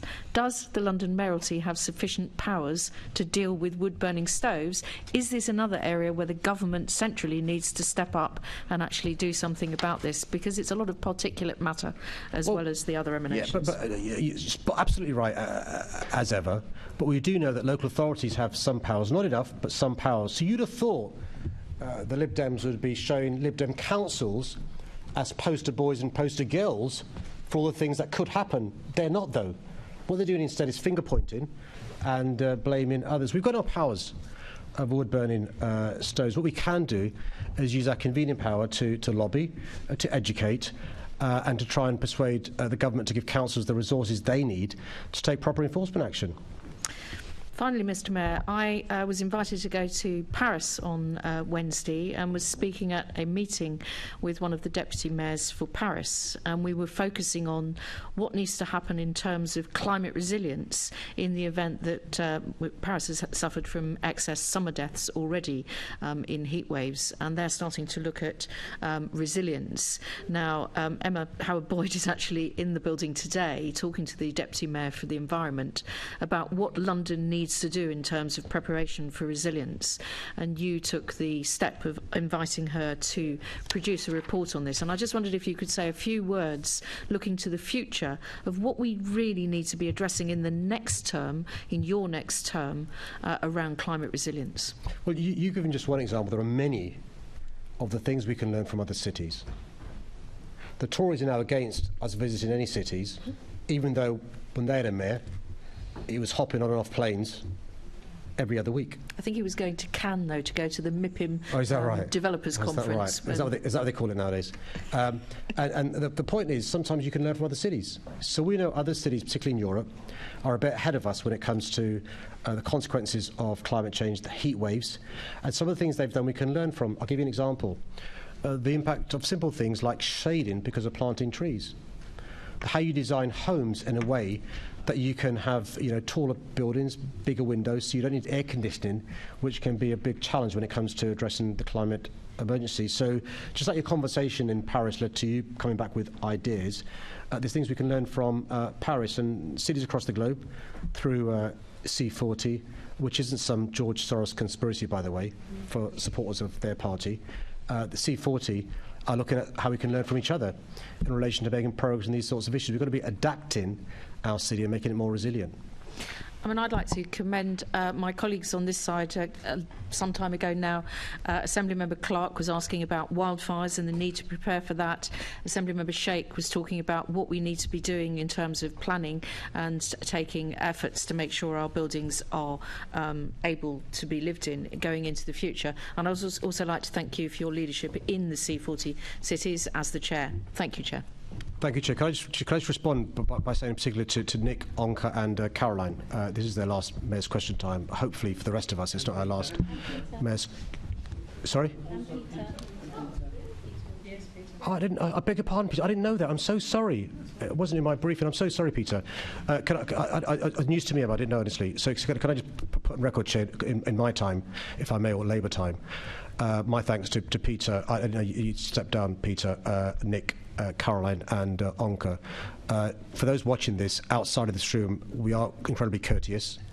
And although there's arguments here, that's right and proper in a democracy that I'm held to account here. But the way we conduct ourselves outside this room is always courteous and with good manners. That's how we should live in a democracy. At a time when tensions are being inflamed, I think the way we conduct ourselves in here shouldn't be taken to mean we can, resort to animus outside this place, and that's the joy of a democracy. This chamber is a safe place for us to have the arguments, and the way, Caroline, you've held me to account, but also privately lobbied me and given me ideas, I'm grateful for. My hopper fire is one of my proudest policies. Can I say to Nick, I hope you write that bestseller, and best of luck whatever you decide to do. Peter, I cringe when I think about what I said the other time and I apologise for in the chamber. That's not the way to behave. And I'm sorry you're stepping down, actually. I didn't know you were stepping down. And so good luck with your next job. It won't be as good as this place, but best of luck in that place. And to Onka, you've, during the pandemic, I think you saved lives that are immeasurable, not just in relation to vaccine hesitancy, but also in relation to the work you do in your other job as well. All four of you will be missed. And Chair, can I beg your indulgence and ask us to show them a round of applause, please?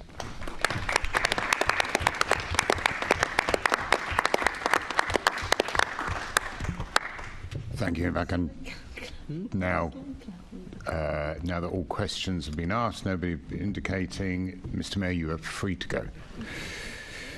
Can I ask the Assembly to agree the motion which is set out on the agenda in my name, which is that the Assembly notes the answers to the questions asked? Noted. We now move on to an unusual situation. At MQT, I'll be proposing a motion.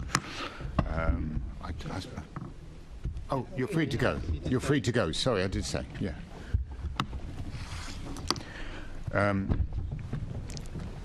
I think I stand for this, don't I? Motions, yes. The motion reads that the Assembly would like to place on record its gratitude to the following retiring members for their contributions to the Assembly and the Greater London Authority, and that the Chair of the Assembly write to the members expressing appreciation of their contribution to London government. Those members being Caroline Pidgeon, MBE, Nick Rogers AM, Dr. Onka Sahota and Peter Fortune AM. Of course, I know all of them. We all know each other. Caroline I served with we both elected at the same time. She was much better at paying attention at the speakers, at the questioning training than I was. And my God, it shows. And when anybody any new members have come to me for advice, I've said, if you want to know how to ask a question, just ask Caroline Pidgeon. See what she does. See how she works with her time. And that's what we should all aspire to. Nick Rogers, who I resented when he came onto the Assembly, gay married man, 2 cats, and I thought, that's my thing. The only one in the village, yes. And you know, the nose was put out. He's shown himself to be, however, a really good questioner, extremely articulate, never loses his temper, and so therefore he's not like me at all. And Onka, I really regret you passing. Your contribution to this assembly, you're one of those rare people who is an expert in the field, who does know what they're talking about. And your contribution to all matters health has been quite transformative for the Health Committee, because when the rest of us talk about our experiences of health, we don't have that perspective. We don't have that huge experience that Onka has brought to bear in this chamber. And finally, Peter. Peter is one of those people who asks seemingly innocent questions. But you must never assume that innocent question, never assume that there isn't some savage beast ready to be unleashed behind it. He's a great questioner. He will be great in the next place that he goes to. I'm sorry he's been demoted, but this does seem to happen for members from Bexley Bromley. They come along here, they're not good enough, so we have to demote them.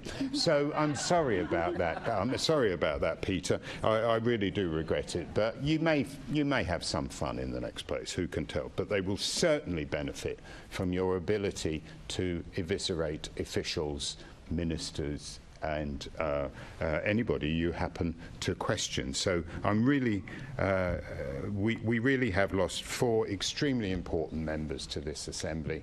And what I'd now like to, and so in that I propose the motion. I'd now like to call on Assembly Member Duval, if you could, to say. Thank you very much. Can I begin by saying, look, we've all arrived here in 25 different ways and our background stories are incredible. And in terms of Peter's background story and some of the challenges he's faced, as also the contribution he's made, it's great to see another ex-vet go off to that other place, and hopefully in a bipartisan way we can get rid of some of this crazy thinking that's got us into a mess over the defence of this country. So that contribution, but you've been a good neighbouring constituency member, and we've sought to work well. It's been a funny time in this administration because of the 3 years, but thank you for our engagement, to be honest, and I echo some of those words about innocent questioning, beware, colleagues, from others, but we wish you well for the future. Nick, I just want to say this, your contribution of scrutiny, as well as I thought was, you know, motions come and go in this place, but there are some excellent motions. Your one around domestic violence and the LGBTQ plus community was very important, I thought, in terms of laying down some practical concrete asks in that. And then really you're thrown in the deep end, people's question time, new format, different issues, technology, and bunging a load of politicians. What could go wrong, you know? And actually, you chaired it really well and with great diligency, and we can only thank you for that in terms of some of those issues. So we wish you well in whatever you do. My colleague Onka Sahota, another great background story of how you've arrived, and that expertise that Andrew said is very clear about how you've shaped some of our thinking around health in the Assembly when we first established this committee and what we were going to do, and I think has put us in good stead, and we will miss some of those wise counselling over some of those issues that we've seen. What can I say about Caroline? It would take up the entire afternoon with Caroline. I could talk about some of the committees we've sat on with some very strange names in terms of reference that always lead me to think, why am I sitting here and what am I meant to be achieving? And when I've left the room, I've still asked the same question, none the wiser. So we've shared that, but we've also shared some of the issues around some of the LFIPA and issues with its different guises in the Metropolitan Police at different times.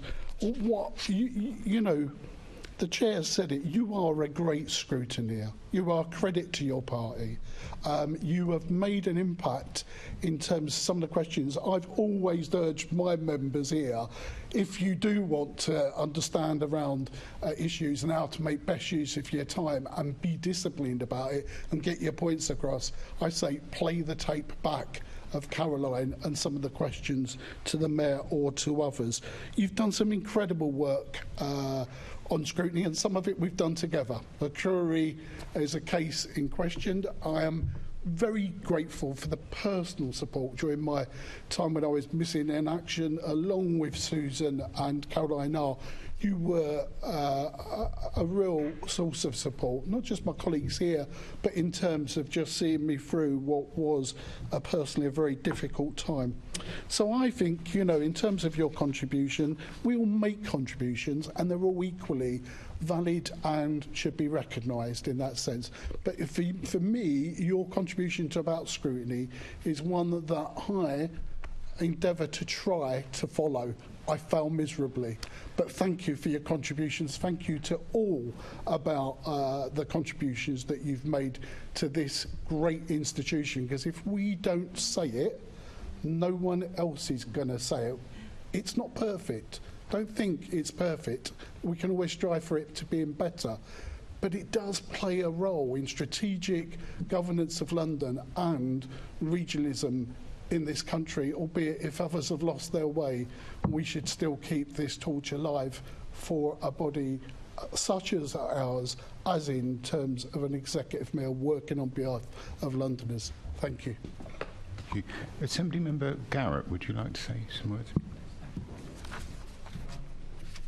Let me begin by turning my mic on, actually. Let me begin with Dr. Onka Sahota, who has very well represented the good people of Ealing and Hillingdon, and not only serving Londoners for 12 years on the Assembly, during which time we've benefited, I think, from his professional expertise.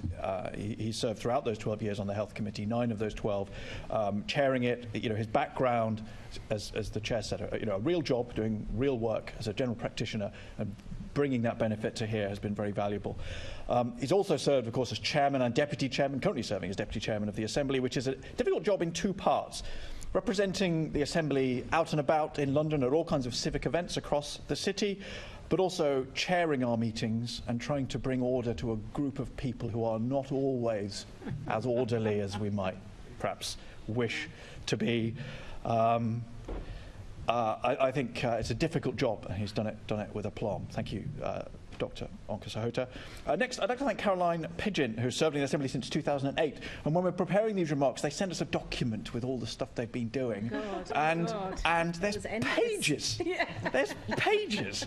All the list of posts and positions is far too long to fill within the 5 minutes, which I, in any case, don't intend to fill. It is an enormous contribution, recognised across the Assembly.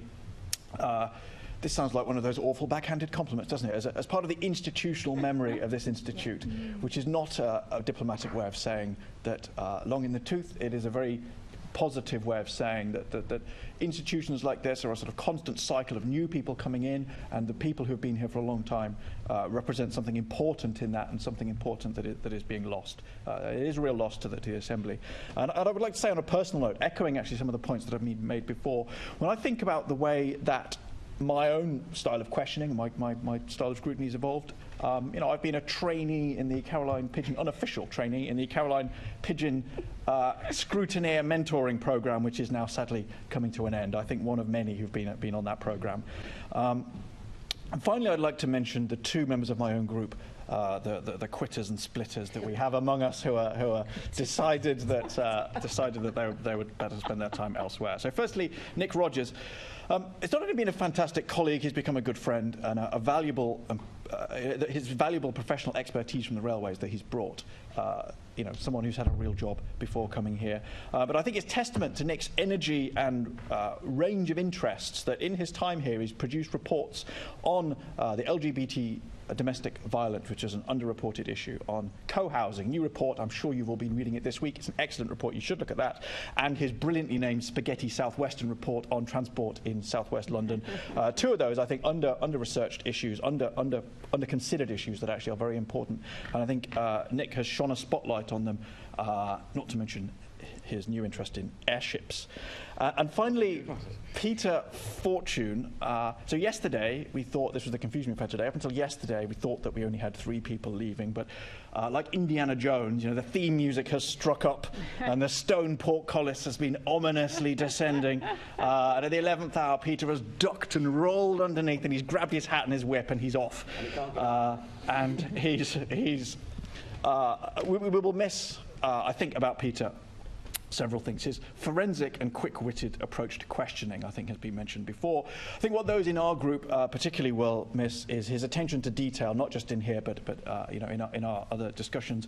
His shrewd insight, but I think probably even more so than those, his ceaseless sense of humour, even in what I may say has not been an easy year for Peter and for his family. And so I wish Peter and his family all the best. And I know it may be against the rules to endorse particular candidates in particular elections, but whoever may be the future Member of Parliament for Bromley and Biggin Hill, I wish them all the best. So I'd like to thank Onka and Caroline and Nick and Peter, and I sincerely hope that whoever is here after the 2nd of May for the next Assembly term, the legacy of the work and the service that those 4 have brought continues and is not lost. Thank you, Chair. Thank you. Assembly Member Russell, would you like to say something? Thank you, Chair. So, Peter, I didn't know you were stepping down until just a few moments ago. So I've been just thinking about, gosh, how have I worked with Peter? What's been going on the Assembly? And I think it's, that year when you were chairing the Budget Committee and you took us all through a pretty painful budget process, but that's a huge contribution, and being chair of a big committee like that is a huge amount of work for the good of the whole Assembly. So thank you for that. And I think I understand you, and I get this from your Mayor's questions as well, that you're always that very clear voice for the people of Bromley who feel a bit grumpy about some various bits and pieces of transport policy. And then, Nick, I've not actually been on a specific committee sort of full-time with you, Nick, although we've obviously encountered each other substituting and things. But so I asked my colleagues, and Zach really appreciated that teamwork that you engaged in together, being a collective voice for LGBT firefighters, and also doing the motion together. And Sian on Transport Committee just says that your evidence-based approach and your scientific interest in transport has been a real contribution to the work of the Transport Committee and is very much appreciated. And echoing what Assemblymember Duval said about your chairing of PQT, I thought you were exemplary in the chair, and you have all our thanks for getting us through, complicated doing it as an online thing, and I thought you did a really good job. Onka, 9 years chairing Health Committee, 1 year chairing the Assembly. It's a huge commitment, once again, to the work of this Assembly. And I think your experience, as others have said, as a GP, has brought that extra depth to the scrutiny of the Health Committee. And I do hope that everyone will download and read the gambling report that has been published this morning, which I think deserves to get an awful lot of attention and will contribute to the discussion about whether TfL should be banning gambling ads. Hint, I think they should. But that leads me to Caroline. Caroline, you are reliable, competent, forensic. You ask really decent, well-researched questions on matters that matter to Londoners. You're a team player, and you care passionately about the Assembly as an institution. you care about our reputation for scrutiny, and the fact that you used your last MQ ever to advocate for strengthening our scrutiny powers is absolutely typical of your approach and the way that you work. I'm sorry, I don't want to make you cry. And thinking about what you can contribute to making our democratic scrutiny processes better. Now, what some of you won't have seen about Caroline Pridgeon is her work behind the scenes with the group leads, fiercely advocating for the Assembly, always ready to step up into some of the formal group lead roles that group leads have to do. This is sitting in on senior executive director interview panels and things like that. Caroline is always putting her hand up, always reliably there for Mary Hartley, and that is something that, yes, is probably a bit invisible to some of you. And then through COVID, the group leads, Len, Susan, Caroline and I, had twice weekly at the worst of the pandemic, frankly terrifying briefings, and we did form a real friendship across our parties. And that is, I think, something, Caroline, that I am going to miss most about your moving on from the Assembly, is that friendship, that cross-party friendship that goes beyond our party lines, but that is about serving Londoners, doing our very best for Londoners. And Caroline Pidgeon, you, as an Assembly member, over these years have really done your very, very best to stand up for Londoners, and we will miss you massively. Thank you. Thank you. Assembly Member Bakari, please. Thank you. I do hope I get a little bit extra time because I think I'm going to find this tough. It's a privilege to stand up today to say farewell to the amazing Assembly members here that are leaving today, our esteemed colleagues. Firstly, to Nick, Onka and Peter, what I love about this job of being an Assembly member is that we do actually genuinely get on, and we do have genuine friendships here. And despite the fact that we may have differences politically, I think we've worked really, really well together. Nick, on the work that we've just mentioned on FREP with working on the LGBT community within the LFB, and also just bumping into all the coronation events that we had with your meeting with your lovely partner and just checking out what we were wearing. It was always lovely events like that bonds us together. And to Onka, your amazing experience on the NHS has been so valuable to us here, but also your chats and conversations with me in between committees, while you're sitting with me in committees and just talking to me frankly and honestly and openly. In the Punjab, you and I would call each other Bhaijan and Bhaji, so that's my relationship with you, brother and sister. And on to Peter, who has surprised us today with his news. Peter, you've been, again, passionate about championing small businesses and many other things that you've been advocating within the Assembly. But what I won't forget was the very first email that you sent me, which was to say congratulations and well done on passing my first motion here. And that was just who you are. And I hope that, I'm sure you'll become an MP when you do that job. Don't forget that amazing cross-party work that you do and how you create those friendly relationships to get things done. Now, this is the hard bit. I want to briefly take you back 16 years ago to 2008. There was an election that was hard fought against a growing financial crisis. And I'm not talking about Barack Obama, because he was elected that year as well. I'm talking about an experienced, astute local politician who made a name for herself in the Southwark Council, who got elected here in City Hall, taking office for the first time and then many times afterwards. I'm talking, of course, about my wonderful friend here, Liberal Democrat colleague, Caroline Pidgeon.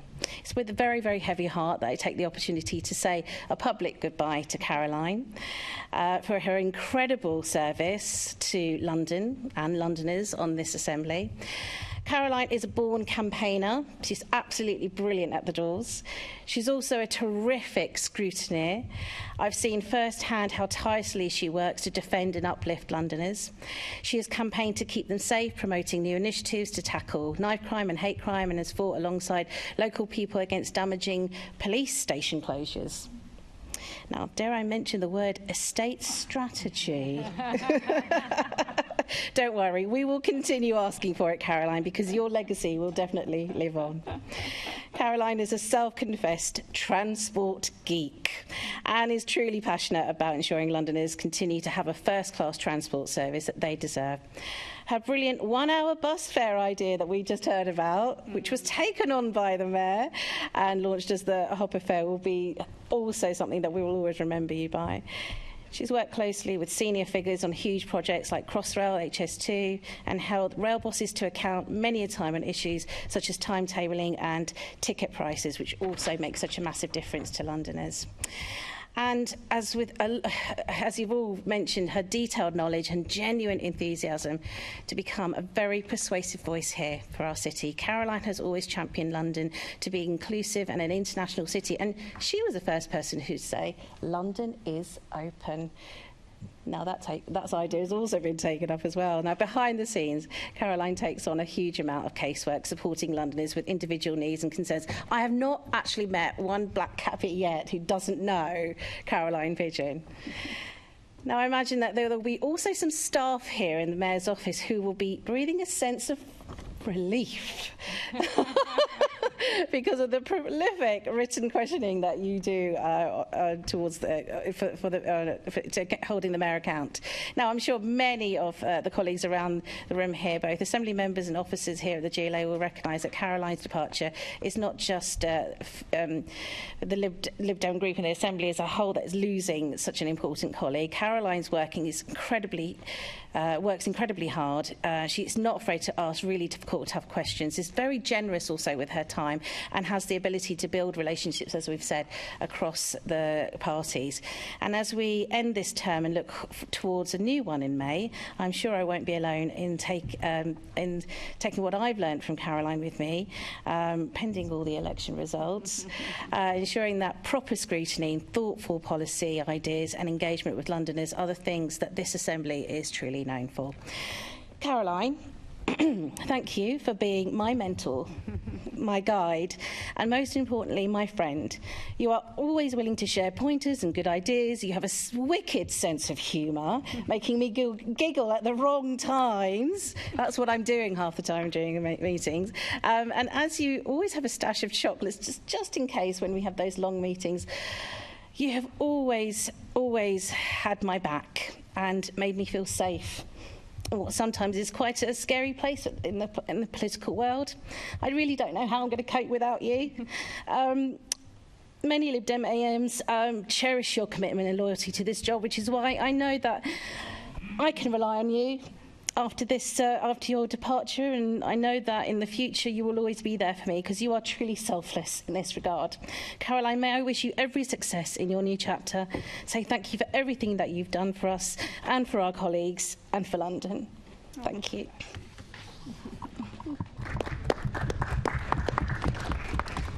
Would any other members like to contribute?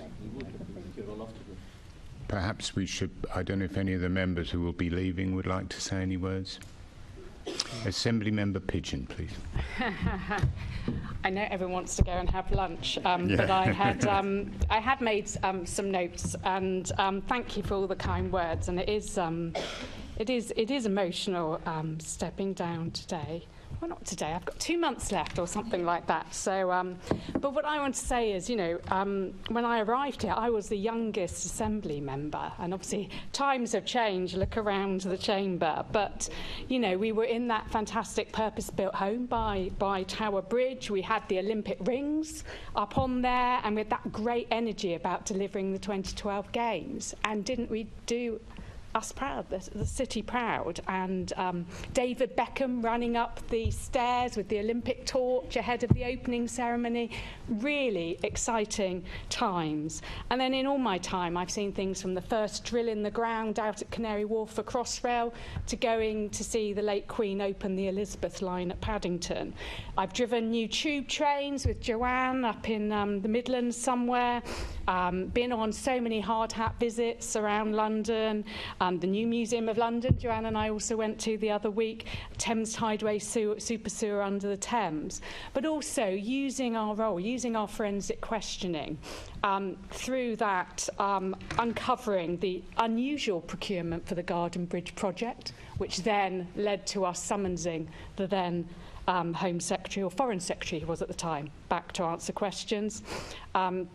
Also using the power of summonsing documents to actually get to the bottom of what really happened with Crossrail, a power we don't use often enough.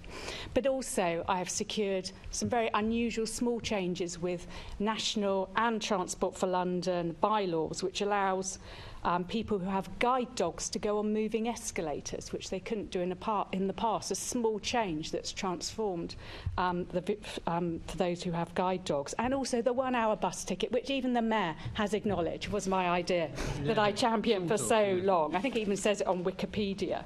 And also, who can forget Jennifer Akuri joining us online, hearing about those wild parties, and how Assembly Member Hall was desperate to have had an invite back then and wished she had been there. My goodness, they were fun sessions. But as I touched on in my question earlier, is that I really believe in devolution. I really believe in decisions being made at the lowest level possible. And with this strong mayoral model we have, it's really important that we show the value of scrutiny. And after May, it falls to those who return to show what further powers should be devolved to us from Whitehall for both the Mayor and the Assembly, and make that case for London. And that, as we've said, and lots of people have said today, that the Assembly is at its best when we hunt as a pack, when we work together. And as already has been mentioned, during the pandemic, really tough times, the close work with Len, with Susan, with Caroline, week in, week out, I will never forget that, and the friendship we have developed from that, and the respect that came out from that crisis. And likewise, over the years, on committees, working with people like Val Shawcross, who's now left and is working in the Crystal Palace area, but working with other chairs of committees, Susan, Keith, Caroline, Len, Joanne, Sean, make sure I'm trying not to forget people, Unmesh, Neil, and so many others. And whilst we have different political beliefs, of course we do, that's what we're here. We work together in the interests of Londoners. And of course, my fellow Lib Dem group member, Hina, who obviously very emotional today in her words, but my goodness, thank goodness you got elected, because I was by myself for 5 years, and actually, you know, sharing that workload, making us a group again and a strong voice, and then continuing to fly the flag, hopefully going forward after May. But the Mayor's team will be relieved that I'm stepping down, because I have asked, we've 8,235 mayoral questions, and TfL, hot off the press last night, have confirmed to me I've taken up around 4,810 individual pieces of casework with them since I've been elected. So I think everyone is going to think their workload will be going down. But I did just want to say just a brief few words about people who are stepping down, as I normally would do as leader. You know, Nick, it's been great working with you, a fellow transport enthusiast, and, you know, your passion for things like airships, and hearing you manage to get airships into our final transport committee. I thought that was a masterclass, and I wish you well there.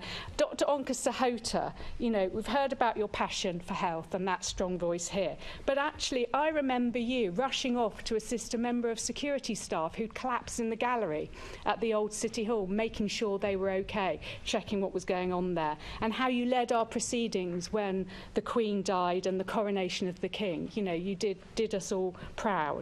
And then hearing today Peter is likely to be going off to the other place. Well, take that forensic questioning style with you. Take that, you know, and don't lose that cross-party work, because that place needs it more than any. And, you know, you will all be missed here.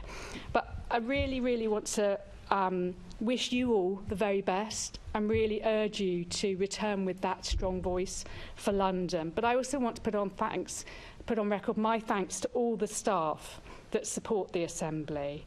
And that's actually Mary and her executive directors, and as leaders we do an awful lot of work with the management team that people don't see.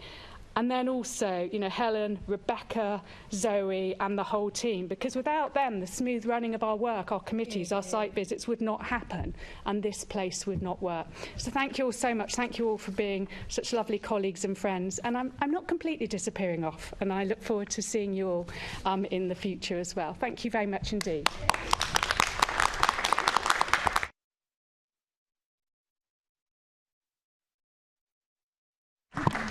Assembly Member Dr. Sahota, please. Thank you, Chair. Well, as I stand up, my challenge is how do I get a whole ocean of thoughts captured into 5 minutes. But first of all, I want to say, look, what a huge privilege it has been for me to be a member of the Assembly for the last 12 years, to serve with such distinguished colleagues as yourselves, and to know that for 9 years that I chaired the Health Committee. I wasn't the chair for the first year because there was no Health Committee when I arrived here.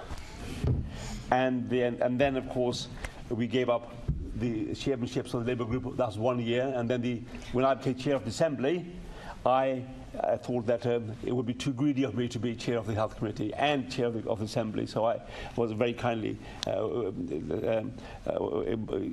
Krupesh Hirani very kindly stepped into that role. So it's been a whole privilege. And I also want to thank all the staff right here who support us. We perform in this theatre of the Assembly, but the support we have of our staff from the GLA and from our group staff, they're the real heroes behind us, right? We will make sure that we perform well. I want to thank them for this.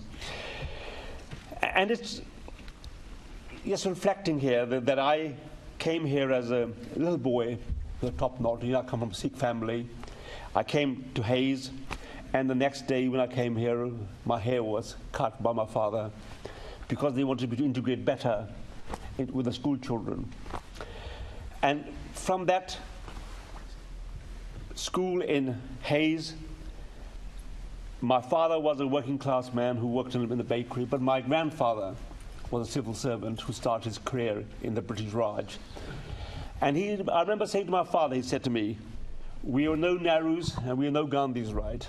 But luckily, we are here in this country now, and education is the opportunity to get through this, to make the difference between in our family's backgrounds. So his ambition was that I became a doctor. And he's cautioned me, he counselled me. He also tutored me one-to-one. And when Southall was in the 1960s and 70s, it was a community which has settled in this country, finding some new political roots. Indian Workers Associations had just been set up for fight for the rights of the immigrant families here. And I witnessed I was in Southall when Jagdish Chaggar in 1965 died, who was the first racially motivated murder.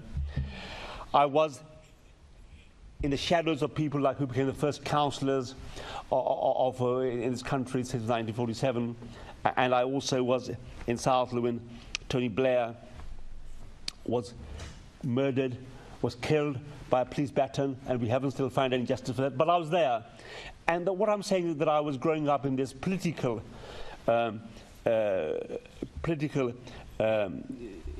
environment, right, which was influencing me, apart from becoming a doctor.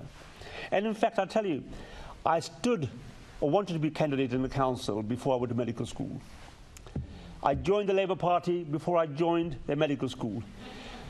And when I stood for election, this is in 1977, before I went to medical school, I stood to be candidate, and my father said to me, who's going to choose you to become a candidate in this election? I said, members of the Labour Party in this branch. It was a Labour branch.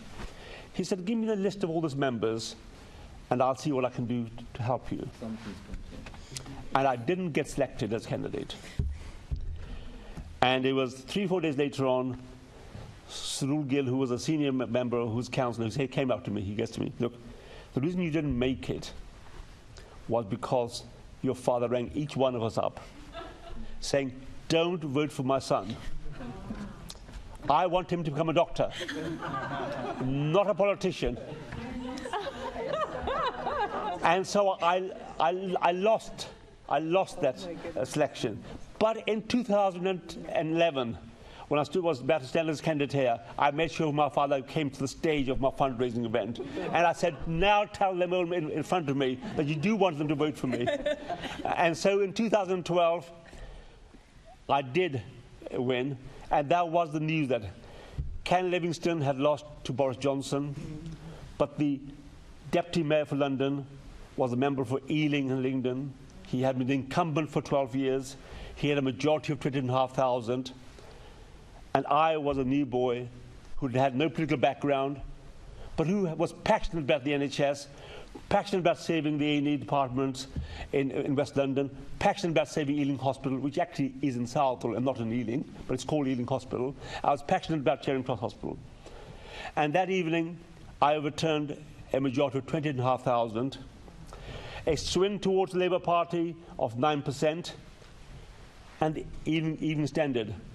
I respect them tremendously. They predicted on the Monday before the election day, the polling day, that I would win by 2% margin. They were pretty accurate. I won by 1.9% margin.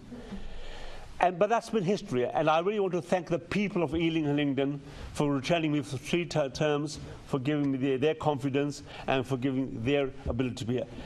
And the poem of Rudyard Kipling, the poem If Right, has played a big role in my life. And I truly have walked with the Common and the Kings. And it's the privilege of serving here that I was chair of in the year when Her Majesty passed away. That I had the privilege of attending Buckingham Palace in the privileged bodies.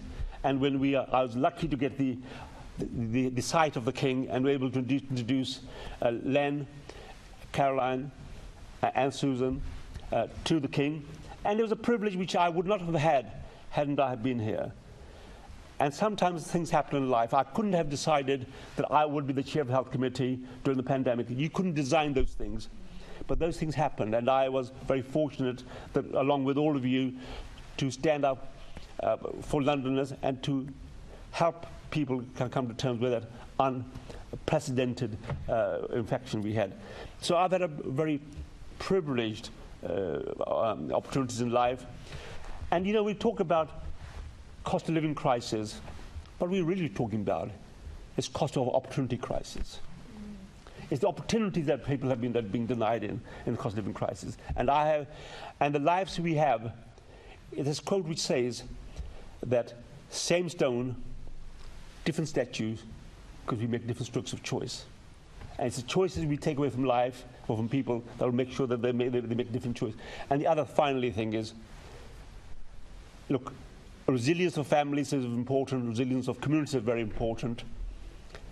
There's a quote saying that if you protect the mountains from the harsh winds, you will never see the beauty of the canyons. But that means that those harsh winds, when they come along, we as a society, we as a family, we need to protect each other.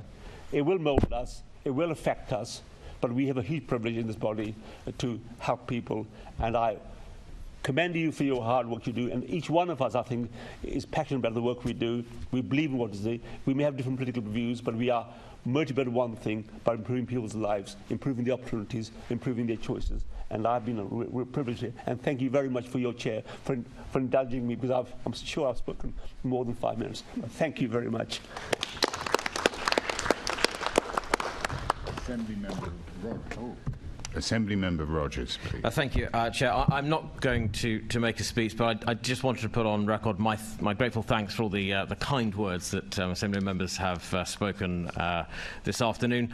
It really has been a huge honour and a privilege to serve my constituents and also to serve the city I love. It's been the pinnacle of a 23-year career in the Conservative Party. It's been a crazy roller coaster ride, but all roller coaster rides must come to an end. So I shall be stepping off for other things. But thank you for all of your support over the last 3 years. It's been great to work with all of you. Thank you, Chair. Assembly Member Fortune, please. Thank you. Thank you. Hey, well done, Peter. To the end, mate. Well done. Well done. And in summing up this motion,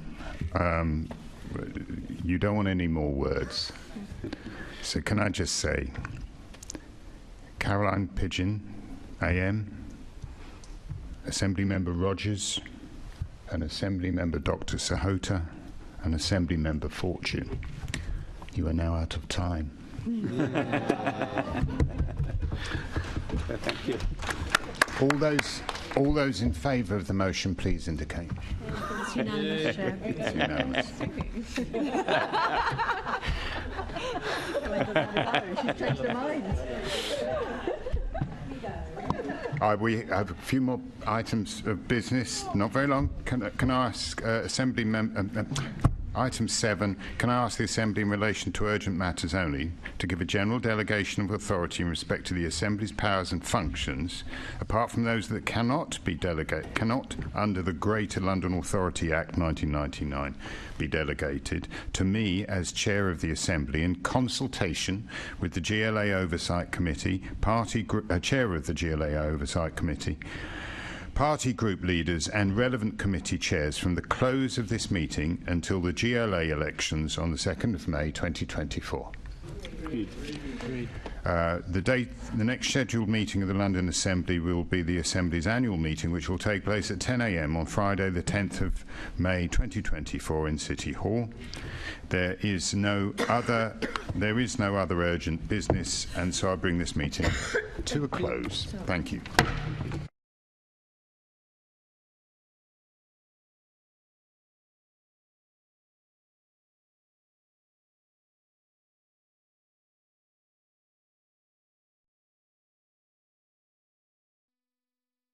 This is the broadcast from City Hall, the home of the Greater London Authority. Please stand by.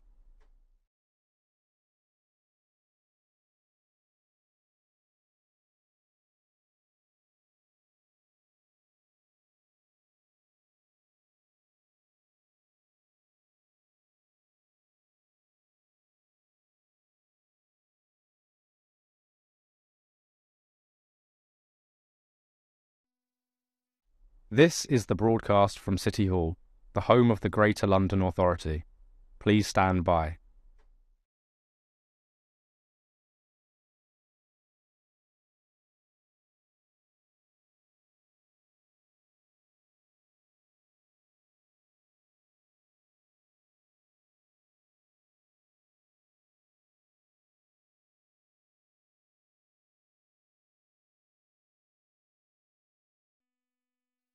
This is the broadcast from City Hall, the home of the Greater London Authority. Please stand by.